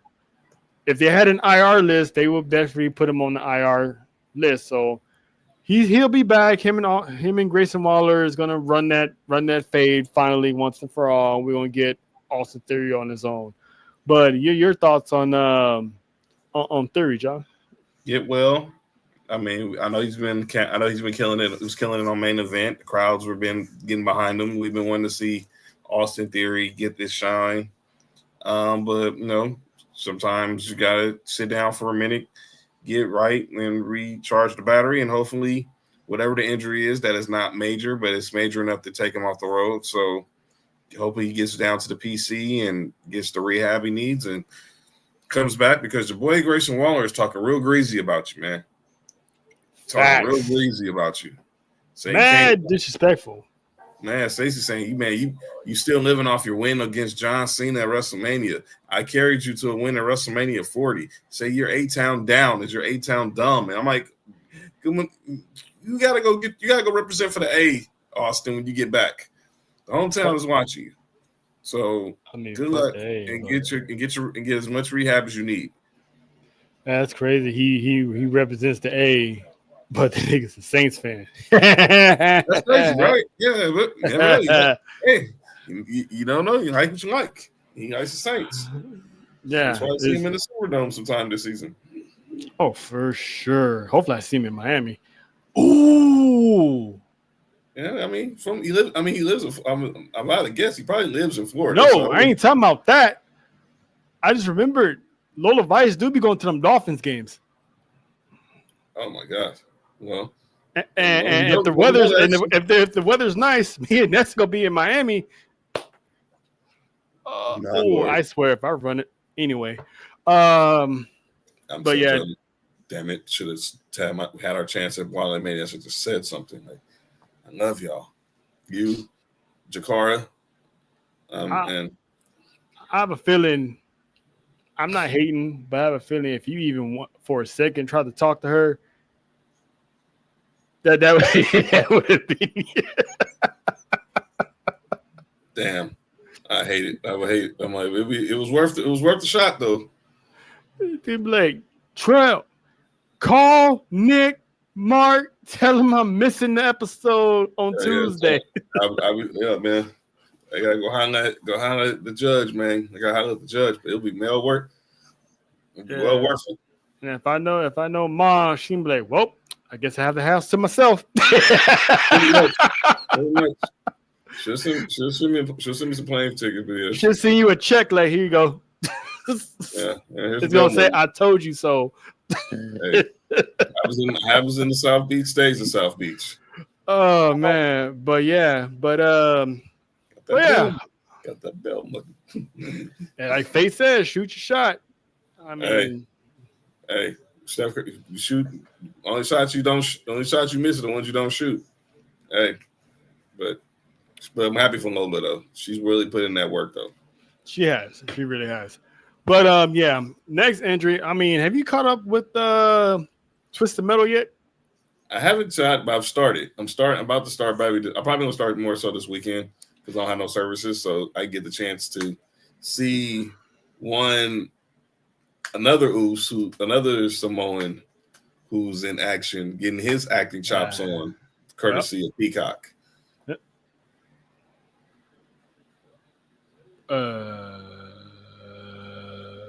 Huh? Oh, I say get his acting chops on, courtesy. It's on Peacock, right? I say, yes, I'm gonna get his acting. That's what we're doing, Kevin Hart. Really? That's what we're doing. Hey, Faith, you cool? Faith, you cool? Yeah. Oh boy. Here we go. She said, "I'll tolo for tall a long time." Anyway, Yes, really. but yeah, we love to see Samoa Joe on Twisted Metal, but unfortunately, we haven't seen him in the ring because while filming Twisted Metal, he fractured his ankle. That's an iconic photo.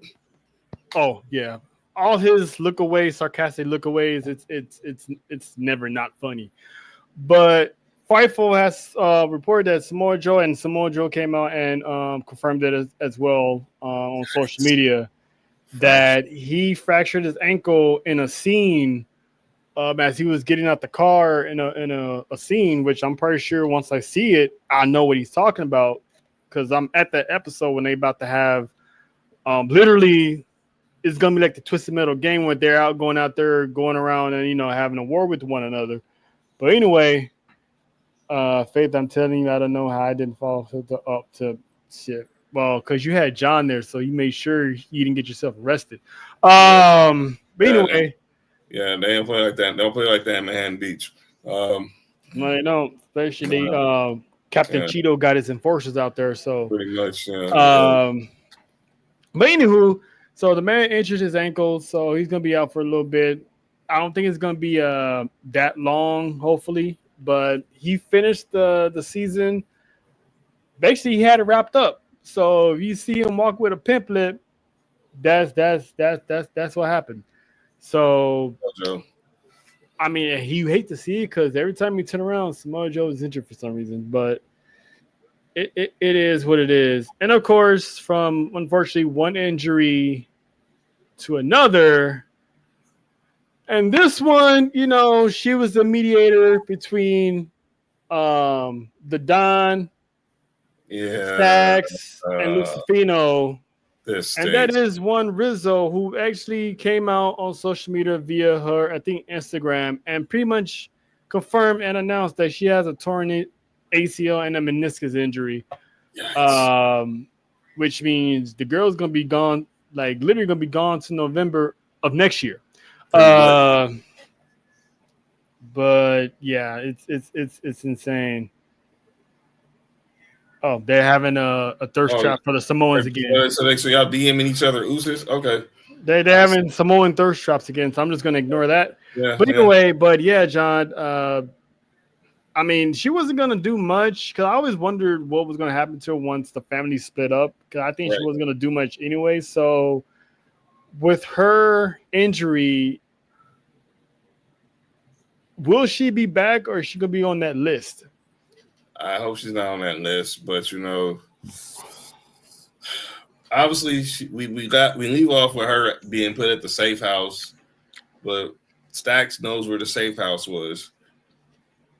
So we don't know what's going to happen with her when she gets back. But obviously the family's been torn apart. We see what's going on with Stax now. He's obviously the Heritage Cup champion. And we're seeing his interactions with him and Ariana Grace, which I think is real cool. I think it's real dope. them getting back to doing their, some of their silliness from on Twitch and TikTok, I think. But sick freaks over there too. Yeah, really are. But yeah, I hate to see this for Riz because obviously she's an integral part of the family as far as with her being as a valet, being one of the voices of reason. But we all saw the family splitting. Stacks is going his way. Luca's now going his way, and then we see the Don. He looks over his shoulder, and the lights is and it's lights out. So hopefully next year she'll be back and she finds her way back and get her footing back in the ring, and we'll go from there. Yep. What, Faith? We're not. Hey, we all in our own little world. We're doing the show.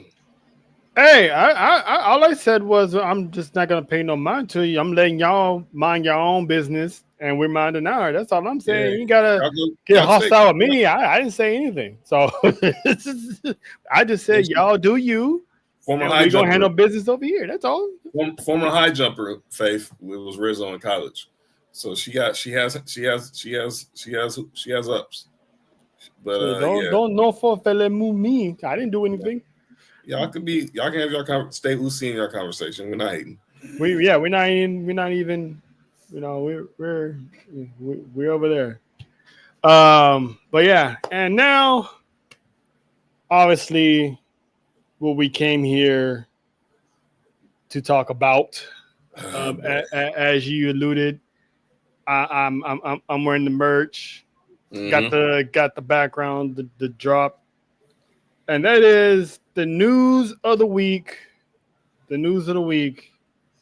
Karrion Kross and Scarlett are no longer part of WWE, as their contracts were up Sunday morning, and by Sunday afternoon, Sunday evening, Karrion Kross dropped the documentary, the part 2 of said documentary. And that documentary was interesting. 700,000 views in 2 days. Yeah. And it was over almost 1 million people in that chat. Me and Mimi included. I was watching from the picnic. I didn't get in the chat, but I watched from the pic. I watched it. And it's first of all, if you haven't checked out Killer Part 2, check it out. It's dope as hell. There's insight on the fact that he was getting over, and WWE basically told him, "Hey, do not egg these fans on." Just they were probably planning on, from what I took from it in the beginning, they were planning on not re-signing him. Mm-hmm. They're just don't pay attention. Obviously, the more Kross still paid the attention because he said it himself. That's not right. Right. Ignoring these fans, that ain't right. So they was, when he does autograph signings and stuff like that, they get mad at him. He addresses them during the commercial breaks that we don't see thanks to the stupid ads. The only time I seen a Karrion Kross interview, I think I was at Monday Night Raw. But anyway, and then he went on Hawani's show and basically was like, they had offered Karrion Kross a contract for Karrion Kross alone. Mm. And he was like, their reason is we would get to Scarlett after we sign you. And before he even gave an answer, they rescinded on the contract within 24 hours. So they offered the contract, but then they're like, you know what? Never mind. And it's like, you actually want this man to sign a contract and leave his wife at the house? Because there's no guarantee what they was going to do with Scarlett if she did sign a new contract. They could have sent her down to NXT and have her away from her husband. I mean, probably not away, but if she's going to be in NXT at the PC, they're going to have her away. Or were they going to have her in a singles run and have her wrestle? Was she going to get jobbed out? Were they saying that to get him to sign, then be like, we got nothing for her, but he can't do anything because he already signed the dotted line? Like, what were they going to do with these two? And Major props for Karen sticking by his wife because he wasn't going to sign Jack if his wife wasn't on board. So she's the major piece of his act. I mean, from her mannerisms on the way to the ring, the way she carries herself backstage when he does his promos, that crazed look she has when he's doing his promos. It's like they not only they dropped the ball, but they had this man. They gave this man a feud just to let him walk. Like, what do you make of this situation, John? I said it the week of the SummerSlam show. They were going Jerry Jones, Michael Parsons, this thing all the way to the end of the road, and that's exactly what they did. Secondly, Karrion Kross is still a free agent, and he's on the road. He's on the tour of his life right now because his book is doing well. So I knew this was happening. I had a gut feeling they probably weren't going to resign him. I stayed optimistic about it, but you never know. And in regards to the whole situation with them signing him and not Scarlett, that's how I knew this was like. That's why I compared it to how Jerry Jones did Michael Parsons. Michael Parsons wasn't going to take no deal without his agent present. Do y'all really think Karrion Kross was going to take a deal without knowing his wife is secure? Come on now, that was one of the oldest tricks in the book. That was a Mickey Mouse deal. You know what I'm saying? Yeah. Pretty much a dummy deal. They knew what they were doing. And they didn't get back to the negotiation table. Just look at what's going on with the Cowboys with Michael Parsons. They're not back at the negotiating table. So I think personally, they're right now in the Michael Parsons trade request phase where Cross right now is he's still a free agent. I just saw that I know him and Scarlett just got booked for something in November. Mm-hmm. A lot of agencies, and I mean other promotions are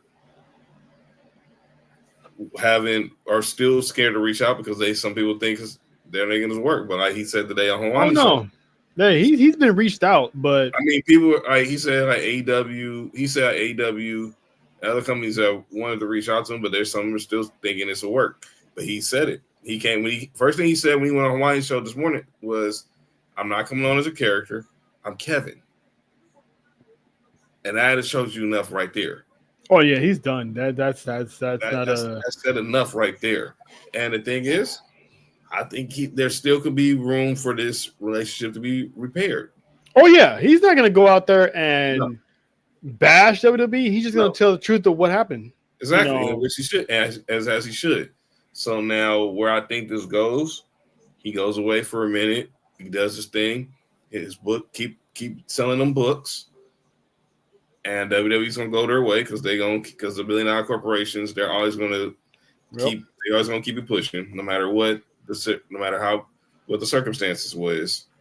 And I think once cooler heads prevail, obviously we'll finally figure out what's the situation. Does he come back to WWE? Or maybe they send him down AAA? I've heard even rumors send him over to Japan, like they send him and Scarlett over to Japan, like they did with Omos. Or do we see him down at TNA? Go back to TNA. I think we clearly know we're not going to see the last of Killer Kross and the Smoke Machine, but it's all going to be a clash of not if they land, but when they land. Yeah, because he said that actually AEW is the only one that hasn't called them. They haven't contacted them at all. Other promotions have. I don't know where he's gonna land. Right now, he's probably gonna do the book tour. I can see him popping up at Bloodsport again. Right. But right now, like I said, he's gonna be on this book tour because it's like he had usually WWE when they see who they're gonna push. Even in Unreal, they was explaining how it came about when they started pushing Jey Uso. That's Karrion right. Kross fits that mold, but the reason why they didn't push Karrion Kross because he wasn't the guy on their list they was going to push. And another thing, we bring up that push with Jey Uso. I know everyone's saying we all want to see our favorites get that rub and get that status. But look, y'all don't have to agree a lot with what Bruce Prichard says, but he said one thing I think that was true. Pushes are earned. They're not Yeah. given. No. And Jay, with his own admission, he took it for granted. Mm-hmm. And when you're in the corporate world, when they give you an opportunity, you can't just sit there and take it for granted because they ain't no telling when you're gonna get it again. So I think Jay is the sole reason, in my opinion, why he's not world heavyweight champion. Because everyone kept complaining about he was crashing out, he was botching this. They had him out there botching. No, I don't think He Triple H- admitted it. He was always gassed because Right. of his yeeting, and he like I say, he took it for granted. I mean, he let it go to his head. He let the championship, the bling bling, the new merch, the new paycheck. He was letting it go to his head. I mean, I understand because you the man, you know. So he admitted that he took it for granted, and he's humbled. So now, unfortunately, that moment's gone. When he loses at Paris, eventually it's gonna be him and Jimmy, and he's right back being the Usos. I mean, but now we know it's main event Jay and Big Jim. It's not just Jimmy and Jay. So now we do get the Usos back. We know who Jay is. He's the man. So, but yeah, He's but not- back, He's but not that man no more. yeah, but back to Cross. They wasn't gonna push it. That's why they told them, you know, ignore the "we want Cross" chants. You know, don't pay any attention to it. And Triple H thought we was stupid or something because at the end of SummerSlam, everyone's literally saying we want Cross, we want Cross. And he's like, yeah, y'all wanted Brock and y'all got him. And I'm like, that's not what they said. No, he knew what they were saying. So they already are trying to forget Karrion Cross. This is not going to be another R-Truth situation where they just released him out of nowhere and everyone was in the uproar and it's like, oh shit, maybe we messed up or whatever. Let's bring him back. They had this man. Karrion wanted to take care of this situation back in January with his new contract. They didn't do that. He was hoping they would, but they didn't do that. So they already had this plan in motion that they were not going to. And then the deal that they brought up, but like I said, before he even had a chance to answer, they took it back. So, and I don't think that's a Triple H move. I think that's a higher up move. And that's what I was trying to explain to certain people today. Look, everybody will always, when things go right, they're going or wrong. Everybody's going to focus specifically on Triple H. But like, if you heard what Karrion Cross said today, they took away, and Faith just put in the comment, they took away that direct communication between them two. And currently this was a TKO move. It's clearly what it is. And it's the same thing that happened with R-Truth. It was a TKO move. But everybody yelling, we want truth, and truth, you know, it worked. We was into a dome that night when Uncle Ron pulled back up, and it was like, yo, the roof exploded. And before you finish that, who brought Truth back? Nick Khan. It wasn't Triple H. And I'm trying to explain to people, and like Tig was trying to explain in our chat, like, do y'all really think that Triple H got more power than Nick Khan? No. Nick Khan is the president. There's a reason why you're the president. Triple H is head of creative. Nick Khan is the president of the freaking company. President, creative. Yeah. President, creative. Triple H is a leader of a section. Right. This man oversees. Him and Emmanuel see everything, including TKO. I mean, UFC. Yeah. UFC, and shout out to them. We saw them in the news this week. With their obviously, because we talked about it last week with the whole ESPN WWE thing. Now UFC is they've ended that partnership with ESPN and they're going to Paramount. And this is going to put the end. Now Dana White claims it doesn't put the end to pay-per-view, but it really does. It really does. Because you're going to have some of these marquee UFC events simulcast on Paramount Plus and some simulcast on CBS. But everything's going to be on Paramount Plus without an extra fee.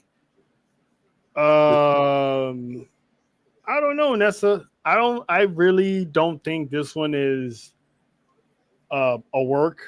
I really I don't. don't. I don't Because either. the way it's going down, and if you really look at it, they really wasn't trying to book this man. They wasn't really trying to push him.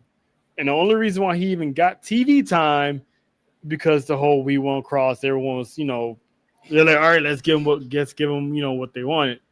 And to say Triple H wasn't feeling them, Triple H was in NXT when Cross showed up there.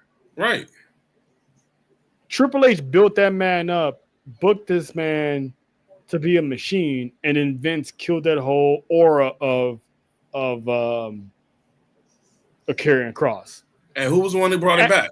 That's what I was about to allude to. When Triple H assumed power, he's one of the first people he called outside of Bronson Reed to come back with Scarlett and the entrance and the hourglass, all that. Triple H brought him back to say that he's not feeling them. No. When TKO took over, there's a lot of power that Triple H no longer has because when he stepped down, they just had Nick Khan. When Vince and Regis stepped down, all you had was Nick Khan, overseeing WWE by himself. So all Triple H got to do is talk to Nick like, I like this guy, I like this guy, I like this guy. All right, cool. Now TKO is now running everything, Nick Khan and Emmanuel. Sometimes it's like him and Vince all over again. There's a lot of things that's going to be out of his hands. And when stuff hits the fan, Triple H is going to be the fall guy. I agree. But all this was going on when Vince was in charge, but no one pointed the finger at Triple H. They obviously knew it was a Vince call. So why are we not pointing the fingers to Nick Khan and Emmanuel, which are the head honchos? And Mark Shapiro and all those people and Dwayne Johnson and TKO. Come on now. This is like this. You know me as a Lakers fan. When things were going well, we always praised Mitch Kupchak. But when everything went bad, they pointed everything at Jim Buss. Yeah. So, I mean, come on, man. I give Kinsey a little bit when he said that, maybe Triple H didn't fight for him. Maybe he did.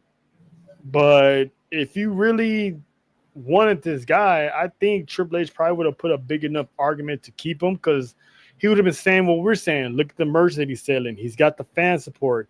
He's everywhere. The man was top 5 in merch. This shirt sold out multiple times. You know what I'm saying? So it's crazy. But I mean, I'm not saying Triple H is 100% innocent of everything.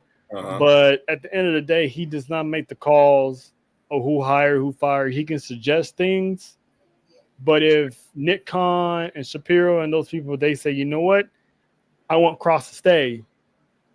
He would have been there. It's like this. If that was the case, a lot of superstars when they get released. Shayna Baszler said it today when she was on Hawani's show. She had 3 more years left on her contract. 3. They would just get rid of people who was in their eyes wasn't worth anything. Yeah, if we didn't have releases, teams didn't release players, WWE didn't release wrestlers, AEW didn't release wrestlers, we wouldn't have these issues. Everybody be eating. Everyone might not get the same equivalent TV time, but everyone will still be employed and things will be cool. But this is the unfortunate dark side of the business. That comment from Faith. If Triple H is a fall guy, so is Rock. They called him to make sales and let him take all the heat. I had said this since the jump TKO and Endeavor sucked WWE. Yeah. It's like a major corporation taking over a mom and pop shop and firing all the employees that made that mom and pop shop what it was. I do point jacking up the price and all that. I don't think Greg said I don't think it's a work. It's real life, but I'm just saying this for a while. It's not making TKO any money. If you're not making TKO any money, they don't let you Will they let you go? They have Aleister Black, but I'm with you guys. Look, I understand what Fave's saying. You look, and like we said, we're not absolving Triple H from anything. But then just see and say, when you're not in ownership or in a position of higher power, you can be obviously the front man and here, there, and doing all this, and still be the one that got to take the bullets. Because we can't see, because because a lot of people would know who Ari Emanuel looks like, what Mark Shapiro looks like. We know what Nick Khan looks like. He's in the front row every show. Because they're on TV. That's how we know Triple H and Nick Khan, because they're out there doing the media. But you're not going to see Ari Emanuel and Mark Shapiro out there like that. Nope. But, I mean, I can't – I'm not – like I said before, I'm not going to absolve everything of Triple H. But when it comes down to it, there's not much that man can do as far as hiring and firing. He's the head of creative. If they see Triple H not booking somebody, they're going to be like, why is he here? We're paying him how much? Says no, thank you. If you're not going to use him, well, we got him. So if I could talk to TKO, I would tell them this. And this is from what and I learned this from the late great Dr. Jerry Buss. Get people who know the game and get the hell out the way. They're not going to do that. Exactly. And they're not going to. But if you got wrestling people, you can still be a great ownership. You can still make these big blockbuster deals like you did with ESPN. But if you get wrestling people to take care of wrestling business and just get out the way, everything will be cool. But if you try to make this like the TK, like UFC, which it's not going to be. WWE, UFC, two different type of entities. I know they're all under the same umbrella, but this is where you got to learn. No, you got Dana White with UFC. You got Triple H with WWE. Let them put those people who are going to be the ones who are out there doing the grinding for the company and telling them what they need to know, what's hitting, what's not hitting, and then let them go to. And then he goes to Nick Khan, and then Nick Khan goes to Ari Emanuel and Mark Shapiro, and then we come to a resolution.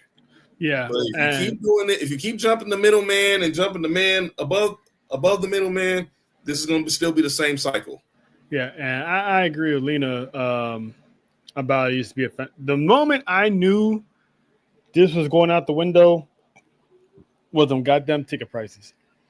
Look, we were in Mania, and when the news was breaking the day before that this was going to happen, and the moment I saw Vince on CNBC, I was like, there's something, the shit's about to change. Oh, I knew it was going to change, but that's not what I'm talking about. I'm talking about the ticket prices. Oh, yeah, the ticket prices, definitely, because it was no longer family-friendly type of price. I mean, they were still expensive, but there wasn't outrageous. There wasn't like college tuition expensive. Right. So I'm like, Jesus. So there's already like, they're making it. They're for sure making it to where you gotta be a millionaire to be sitting in that front row. Pretty much, they're trying to bring the celebrity angle, like which is working. Which is working. And you said you were at the premiere on Netflix, and we explained it that Wednesday we did the show. That wasn't for us. That wasn't for Lena. That wasn't for Faith. That wasn't for Greg. The show next week when they went to the Bay, that was for us. But the show at Intuit Dome, when you got Macaulay Culkin and Tiffany Haddish and Topanga all sitting ringside, that was the show. Okay, wrestling is popular again. We're trying to go back to the way the 80s with the rock and wrestling connection. But when we had the next week, when you got Penta debuting, you got Lyra Valkyria becoming the first ever women's intercontinental champion, that's for us. Because they know we're not going anywhere. Because me and you was at New Year's Eve the next night. Yeah, but yeah, I just want to, wish nothing but the best for Scarlett and Cross. Agree, Faith.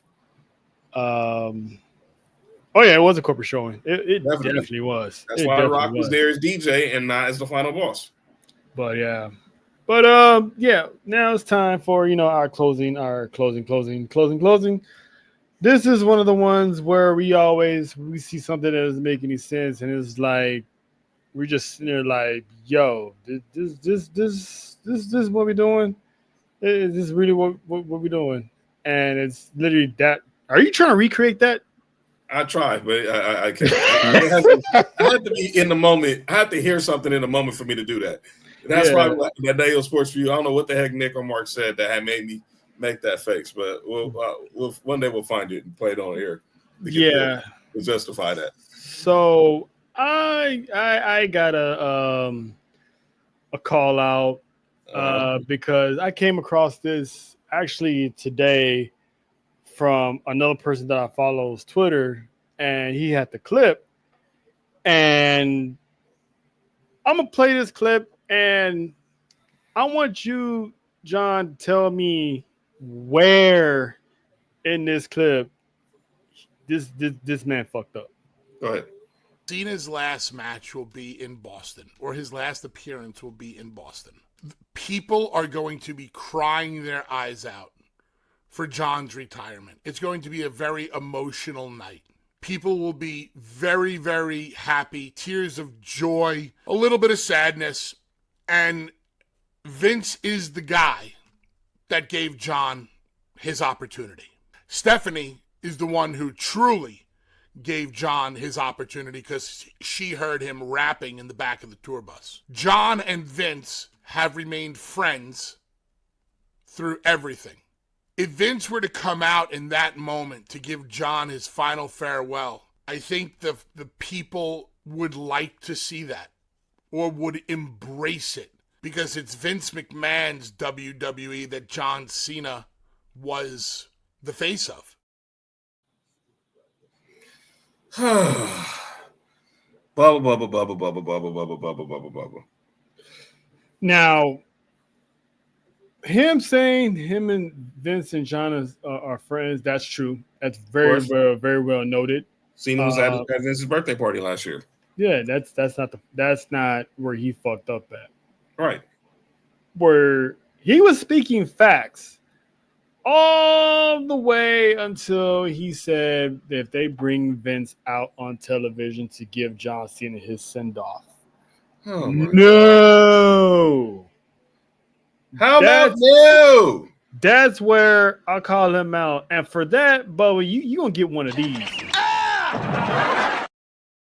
Can't wait for Bella to get back. Because you know damn well that man is not wanted in WWE for the simple fact of that man shows up in the middle while he's in the middle of a court issue.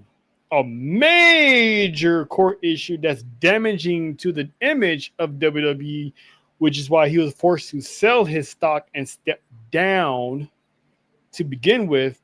Mm-hmm. Why would they bring this man on live television for a John Cena send-off? Makes zero sense. It's like, Bubba, are seriously. And then another thing he said was Karrion Kross and Scarlett should pull up a la Matt Hardy to every WWE Monday Night Raw event in the parking lot with a sign that says hashtag, we want Cross. Are you trying to get this man arrested for trespassing? What the hell, dude? Okay, Bubba. It's 2025, bro. You gotta wake up and you gotta wake up. Is BJ Ray really getting on your skin that much down at LFG for you to say some of the stuff? What did David LaGreca say to you the day that made you just go off the total rails to say something dumb? That's right. Tell him, Lena. But no, Vince, no. If Faye said it, if he didn't come out for Hogan's tribute, no. And I know that he said it on the whole TMZ documentary last night. He wanted to be there. No, Vince, stay home. Stay home. Oh, no. I know he wanted to be there, but they wasn't going to let him. Obviously. No. And it clearly, no, because he's tone deaf.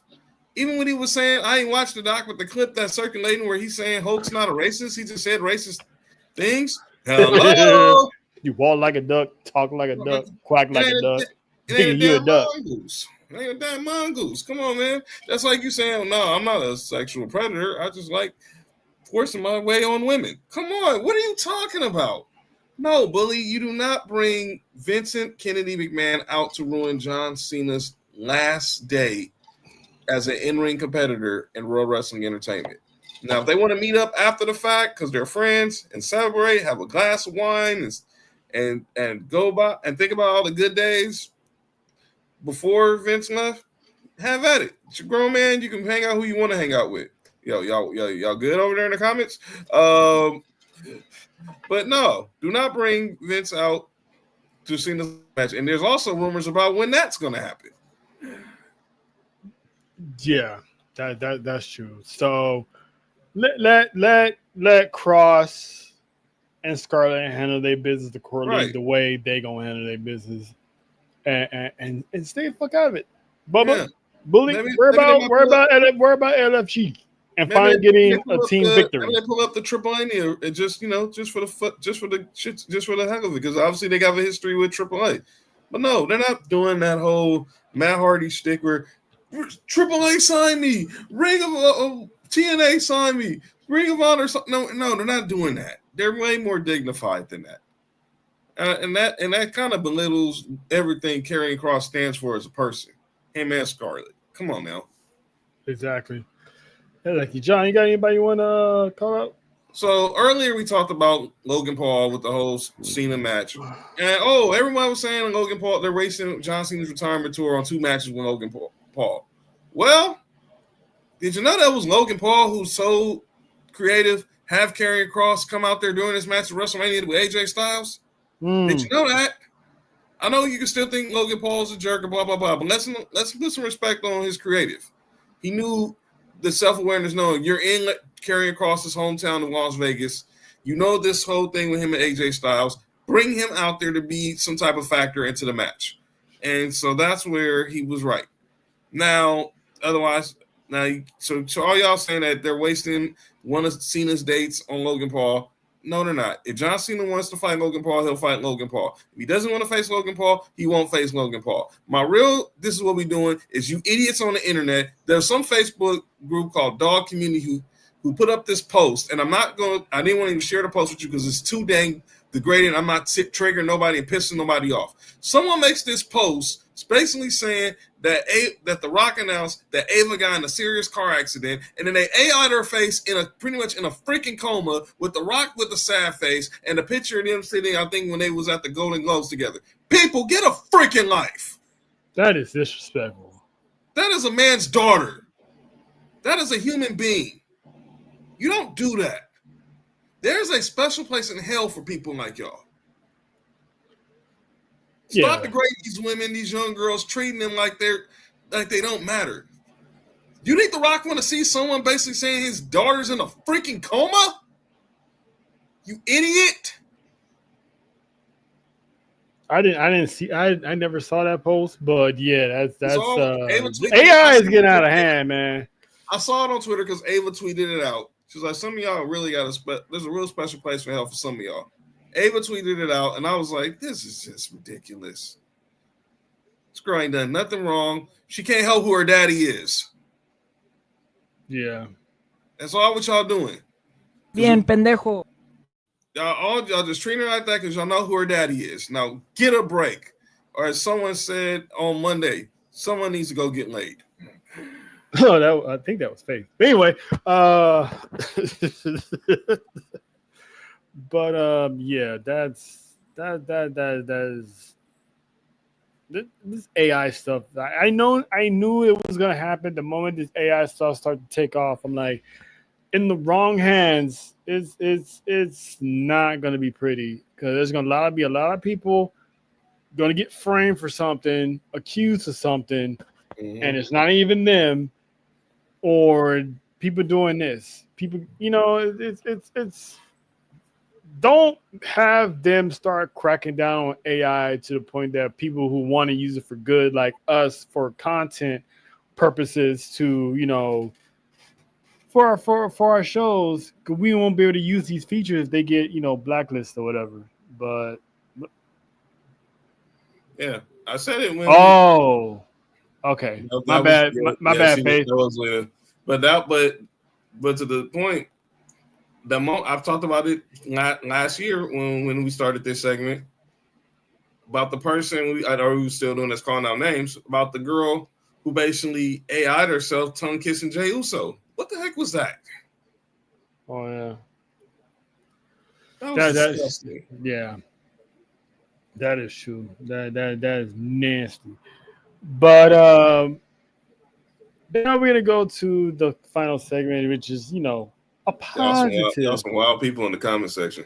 a positive spin on this, and that is what we like to call, we acknowledge.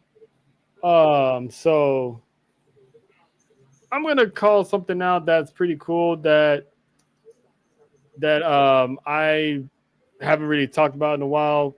But shout out, the NBA has had the greatest, I believe, the greatest draft class with Braun, D Wade, Carmelo. I'm not, yeah, uh, Chris Bosh. Carmelo Anthony, Chris Bosh, and all of them. But shout out to the legendary O2 class, also known as OVW. I mean, Sheldon Benjamin's not in here, but look at the accomplishment these four have had in 20 years. I mean, Batista's a 6-time champion, Brock Lesnar's a 10-time, Randy Orton's 14, and of course, John Cena is the unseen 17. And it's like all these guys came up in 02, and all of them have a Hall of Fame, first ballot Hall of Fame career. That's insane. So when I saw this, I was like, holy hell, this has got to be like the greatest come up draft class ever in WWE. This is not even close. I don't I think. mean, you can bring up. Like I say, you throw Shelton in there. He didn't get no world titles, but Shelton got a bunch of ICs and US titles and tag team titles. I mean, there's been who's in the. I don't think there's an actual draft class. Well, there's the 2.0 draft class: Carmelo, Braun Breaker, Baron Corbin, Tiffany Stratton. Actually, Baron Corbin comes from the Black and Gold. But you said Breaker, Solo. I think Tony D'Angelo was in that class, and then Tiffany Stratton was in that 2.0 class. That infamous PC moon, you'll find it. But yeah, that class alone pretty much set the tone for where we at today. OVW, obviously, we always talk about how great FCW was, and now it's being NXT. We forget OVW put out some heavy hitters, and those were 4 of them right there.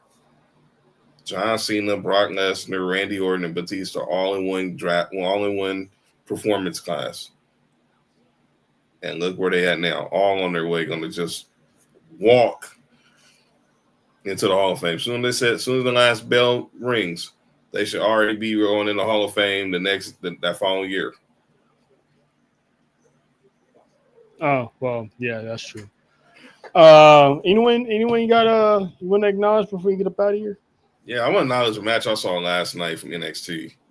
Uh-oh, Nia Jax and Lash Legend last night put on a certified banger. And I want to acknowledge her and Chelsea Green and all those superstars who find their way to make it back home to NXT. I really think that pays it for these younger superstars.